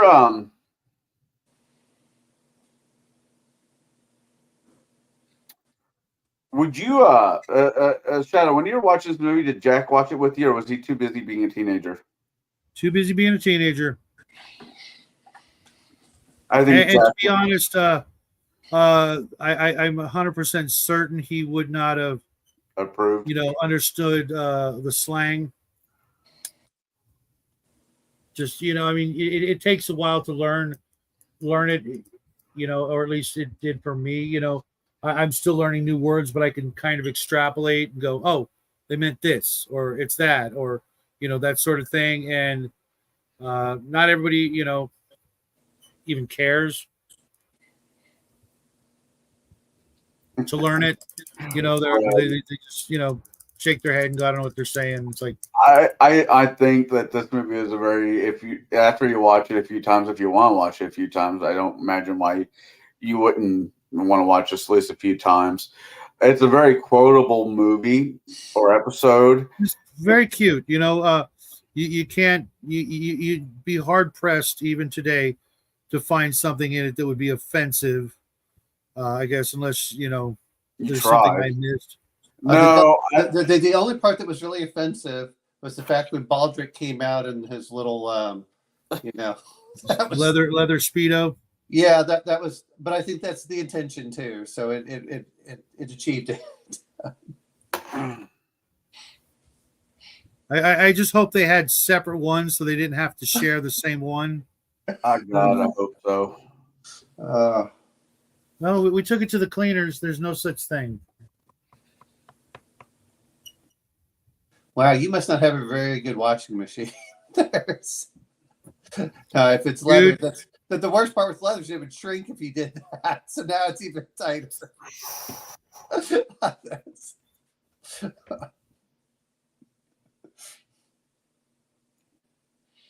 So yeah.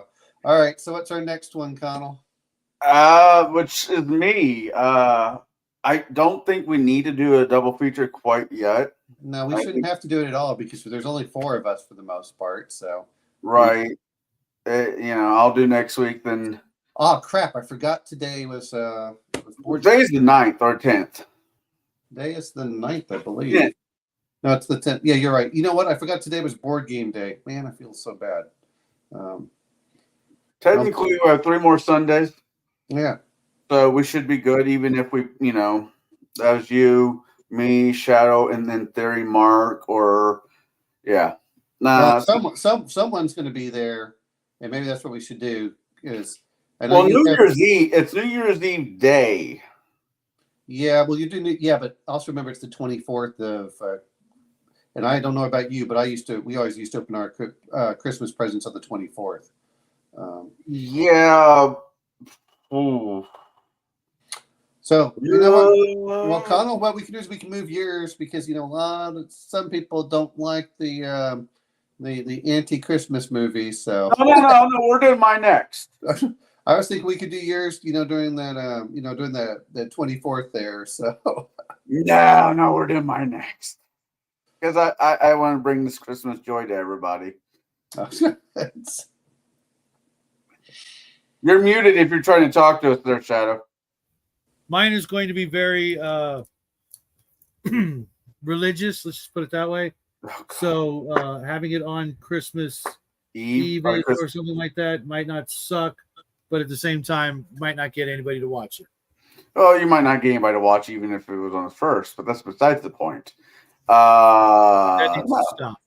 What? That shit needs to stop. Which one?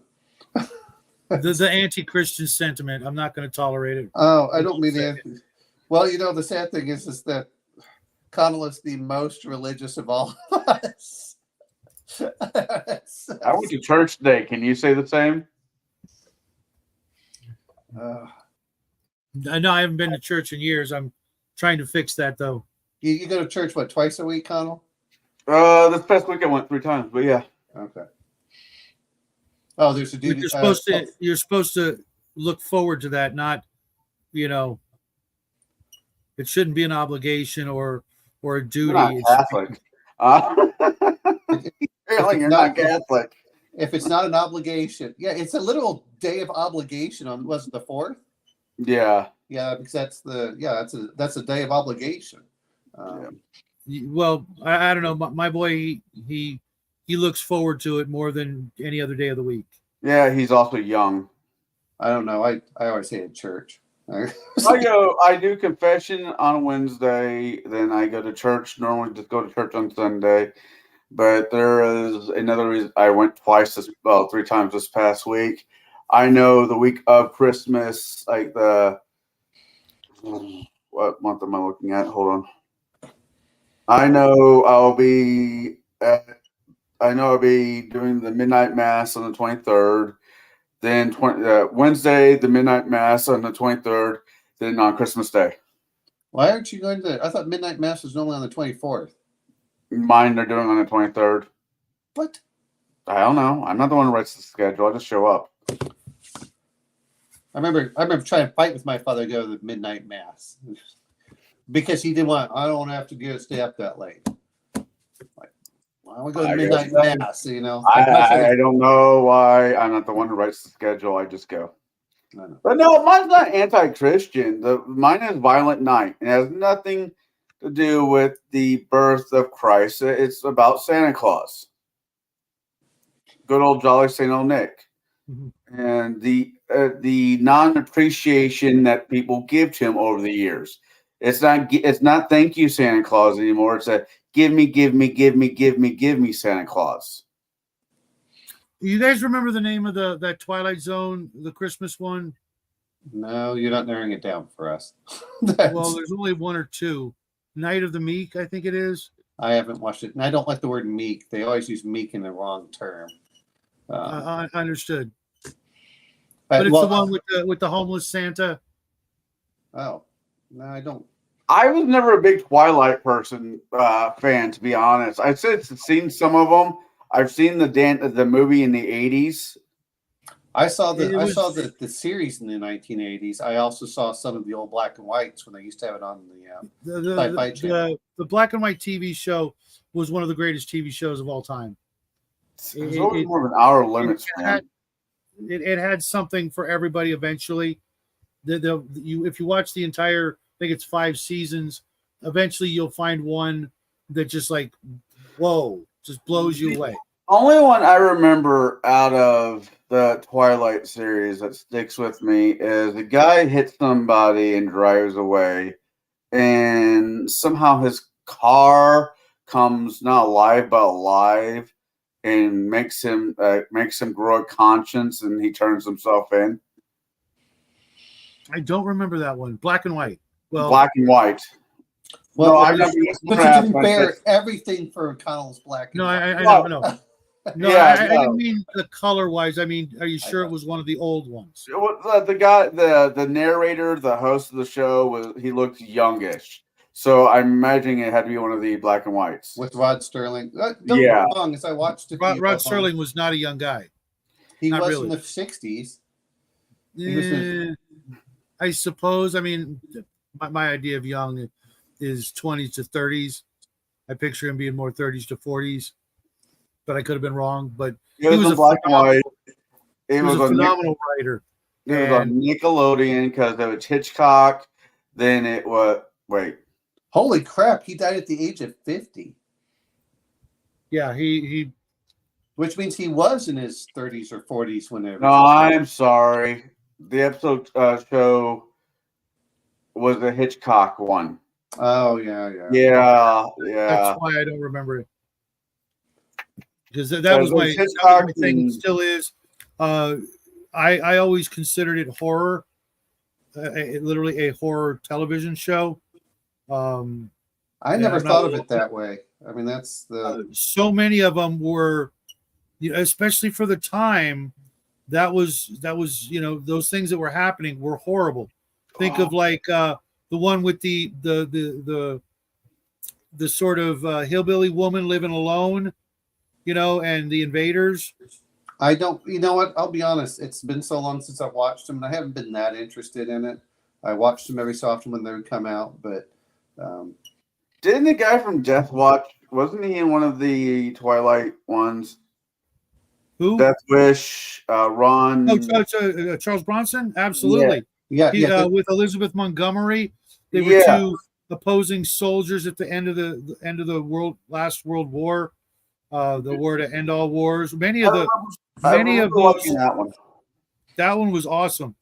And, I think I've she seen was that one. freaking amazing back then. Yeah, I think I've seen that one. That was a long time ago, and it's just A lot of the shows had to do with the end of the world, and the Red Scare and things like that. Without calling it that, invaders from other planets, horrible things.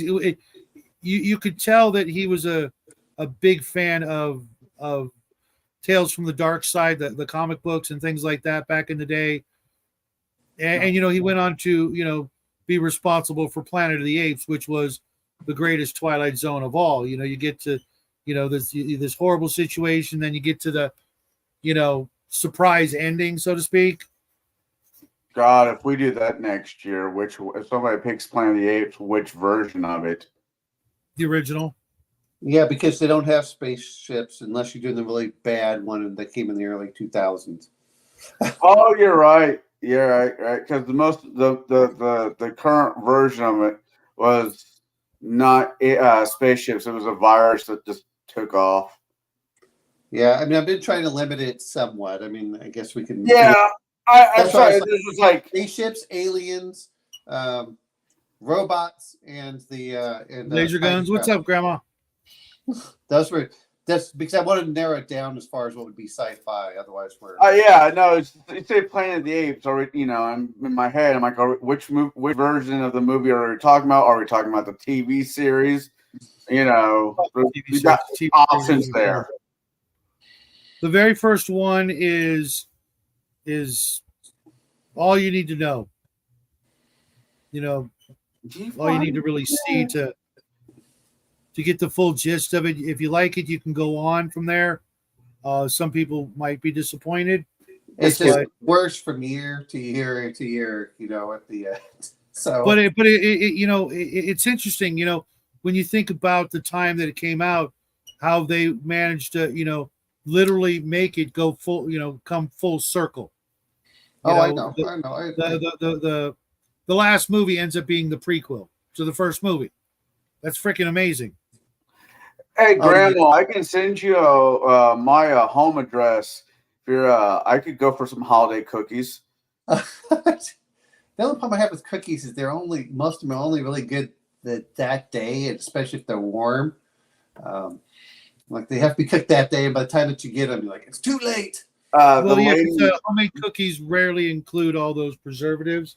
Right. That's why I make fudge. Fudge. You know what? I'm gonna be making like 4 pounds of fudge and gaining all of it into my ass. Hey, you know what? I go is I just look at most cookies as burned. You should be eating the dough, not the cookie itself. The young lady, I say young lady, the woman I'm very much crazy about makes sugar cookies year round for as a little side business out of her home, right?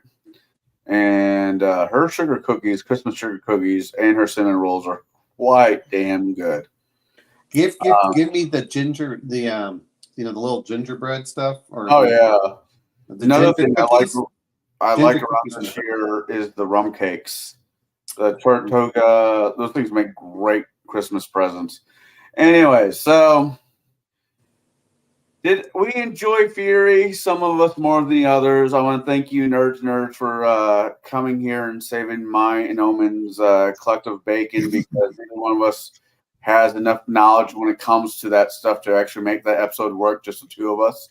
That's not a slight towards Omen. It's just is what it is. Shadow, I want to thank you for jumping in for the last part to talk about Sorry I couldn't make it sooner, but life is life. It's also the holiday season. I mean, next week, if you could think of what Christmas movie you want to do,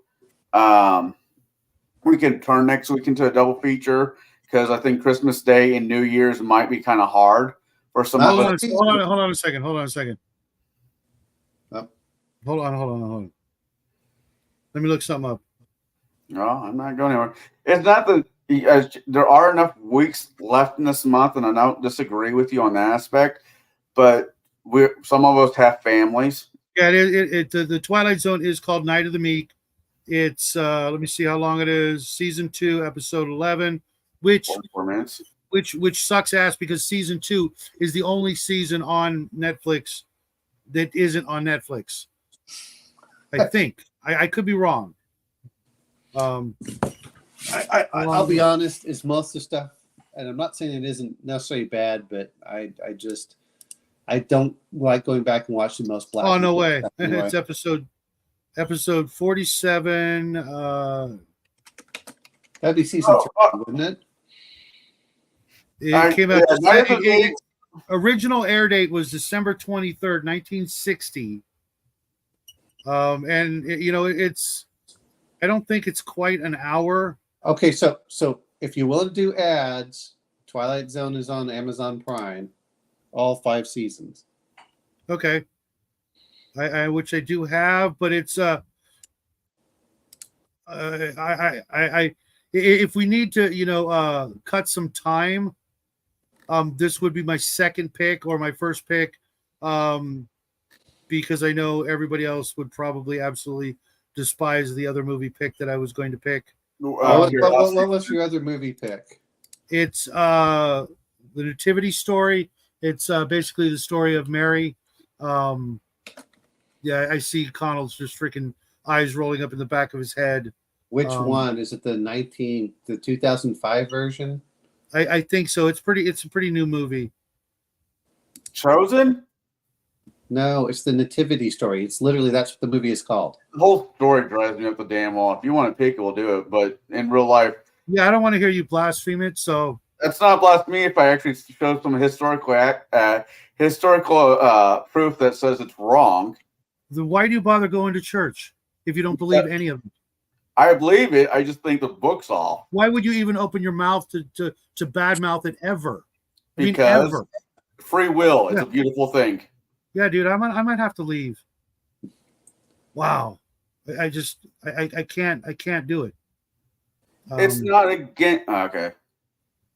But no, it's against everybody else who might. Not everybody else. Don't include everybody in that statement there, Shadow. It's not fair when I do it, and it's not fair when anybody else does it. I think certain people are absolutely horrible. Not everybody agrees with me.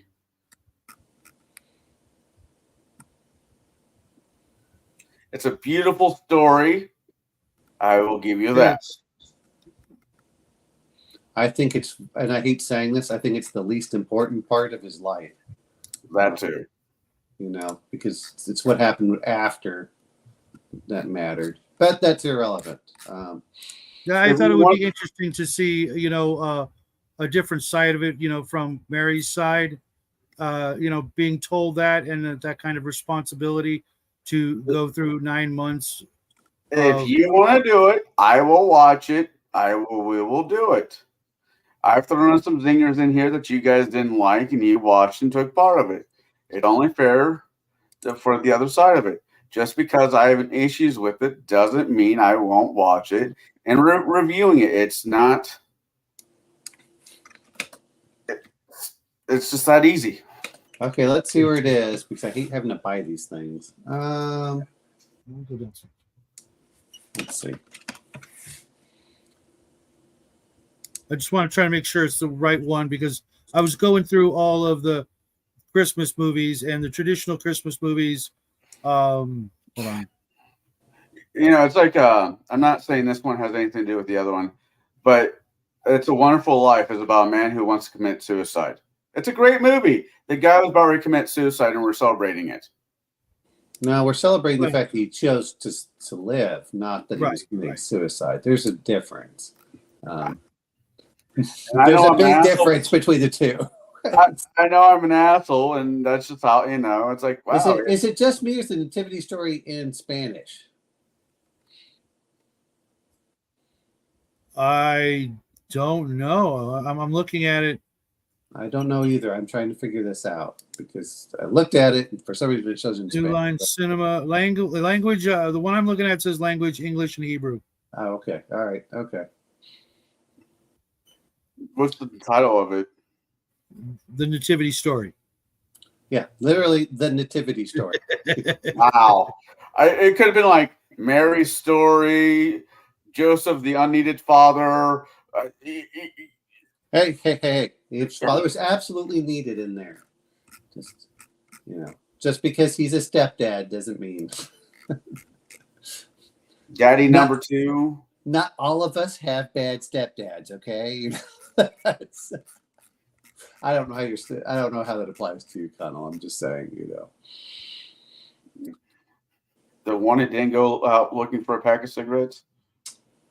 I don't know. I just thought that they left you. I thought he went with a pack of cigarettes and he just left you at the gas station. Oh, my stepdad would have loved to left me at the gas station. Well, maybe we just look, I don't really care. The problem is most of these stories are done to death is my whole problem with some of it, and that's what I get tired of. Night of the Meek runs 30 minutes. No, that's not right. Which one is Night of the Meek? Which season? Season 2, episode 11. Okay. Well, this just says episode 11, but okay. Well, Okay. at 47 in total, it was the 47th episode. All right, I see it. Episode 11. Oh, back when they actually had series that last more seasons that last more than 10 episodes. Well, no, the very first season. This one amazes me because it was 36 episodes for season 1, and season 2 was 29, and then season 3 is 37, and then season 4 is 18, and then season 5 is 36. I mean, that's considering back in the day, normally it was 22. Normally it was 22. It was the standard, and now we're down to 10. And that's the problem why we can't get any really good series because by the time they start ramping up, they take it off. Yeah, the show was incredibly dark, and I didn't view it as you know what, you viewed it as dark. I didn't view it so much as dark as it was it's a morality play with which is really what to me right, and they were almost like the Aesop's fables of the time. Exactly. Yeah, that's what I mean. There were these dark aspects, but at the end of it, you hopefully learned a valuable lesson. It's like Grimm's fairy tales. The point of the fairy tale was to warn you not to do certain things, so you didn't go. Like when the aliens come, don't go on their ship. No, then okay, I've seen this one, not the Netflix, the other one, not the. I'd rather go see the Night of the Meek, to be honest, because I haven't seen it. Number 2 is it's short. Because I want to have fun movies sometimes, and man, if we have to do another long, depressing one, or not depressing, but you know what I mean. It's it. Yeah, I mean, I'm not. Wow. I see. Give me Night of the Meek. Give me Night of the Meek, and we'll let the Shadow decide. But I know what I'd rather do. Is I'd rather watch Night of the Meek. There's another one. Little side note is they do the same thing with the Outer Limits. Did you ever see that one? Where not enough of them. For whatever reason, it was harder to catch. But it was also amazing. No, we're talking about the modern version in the 90s. In the 1990s, they have it where a guy goes off and he goes shooting everybody, and he's trying to evade from the police, and this guy sits down to talk to him, and it's interesting. PG-13. Which one? Oh no, I'm just reading up on this one because I have seen it because it took me a while. It has Oscar Isaac in it. It has a bunch of actors I liked, and they were showing it at church with coffee. So yeah, I saw it once. Which one is it? The Nativity Story. 2005 romantic drama,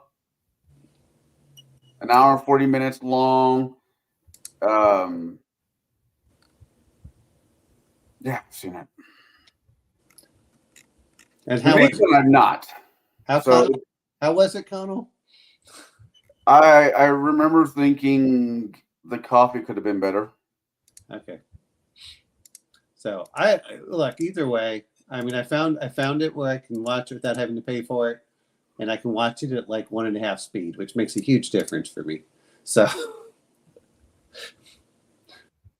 that's believe it or not, I watch most of the movies if I can. I'll watch them a little faster, like 1.25, because I don't notice the. If I was going to make a movie based from a Bible story, I think I know which one it was. And I'm not actually trying to be a smart ass with this. No, it's fine. I see it. I do the story of Job. It's not Christmas. Right. I said from the Bible, though. I said from the Bible. It would be Job. But from Job's point of view, not God's.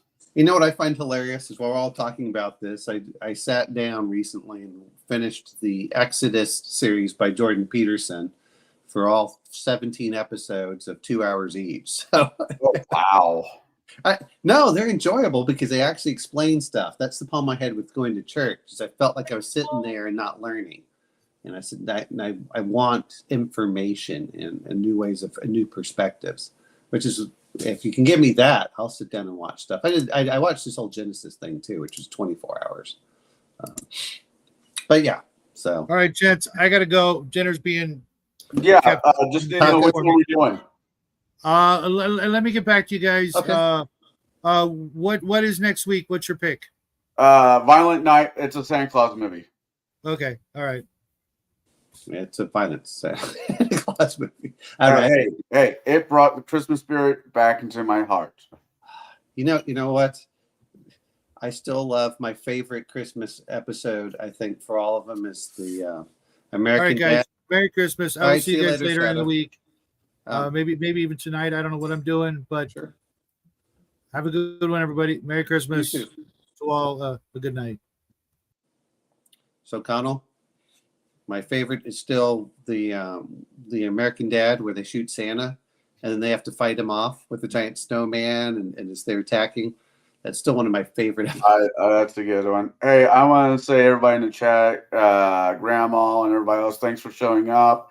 We'll be back next week, maybe with a double feature, maybe not. Either way, we'll be doing Violent Night. It's on Amazon Prime. I recommend everybody watching it for a good laugh. And I'll talk to you all later. Bye. See you later.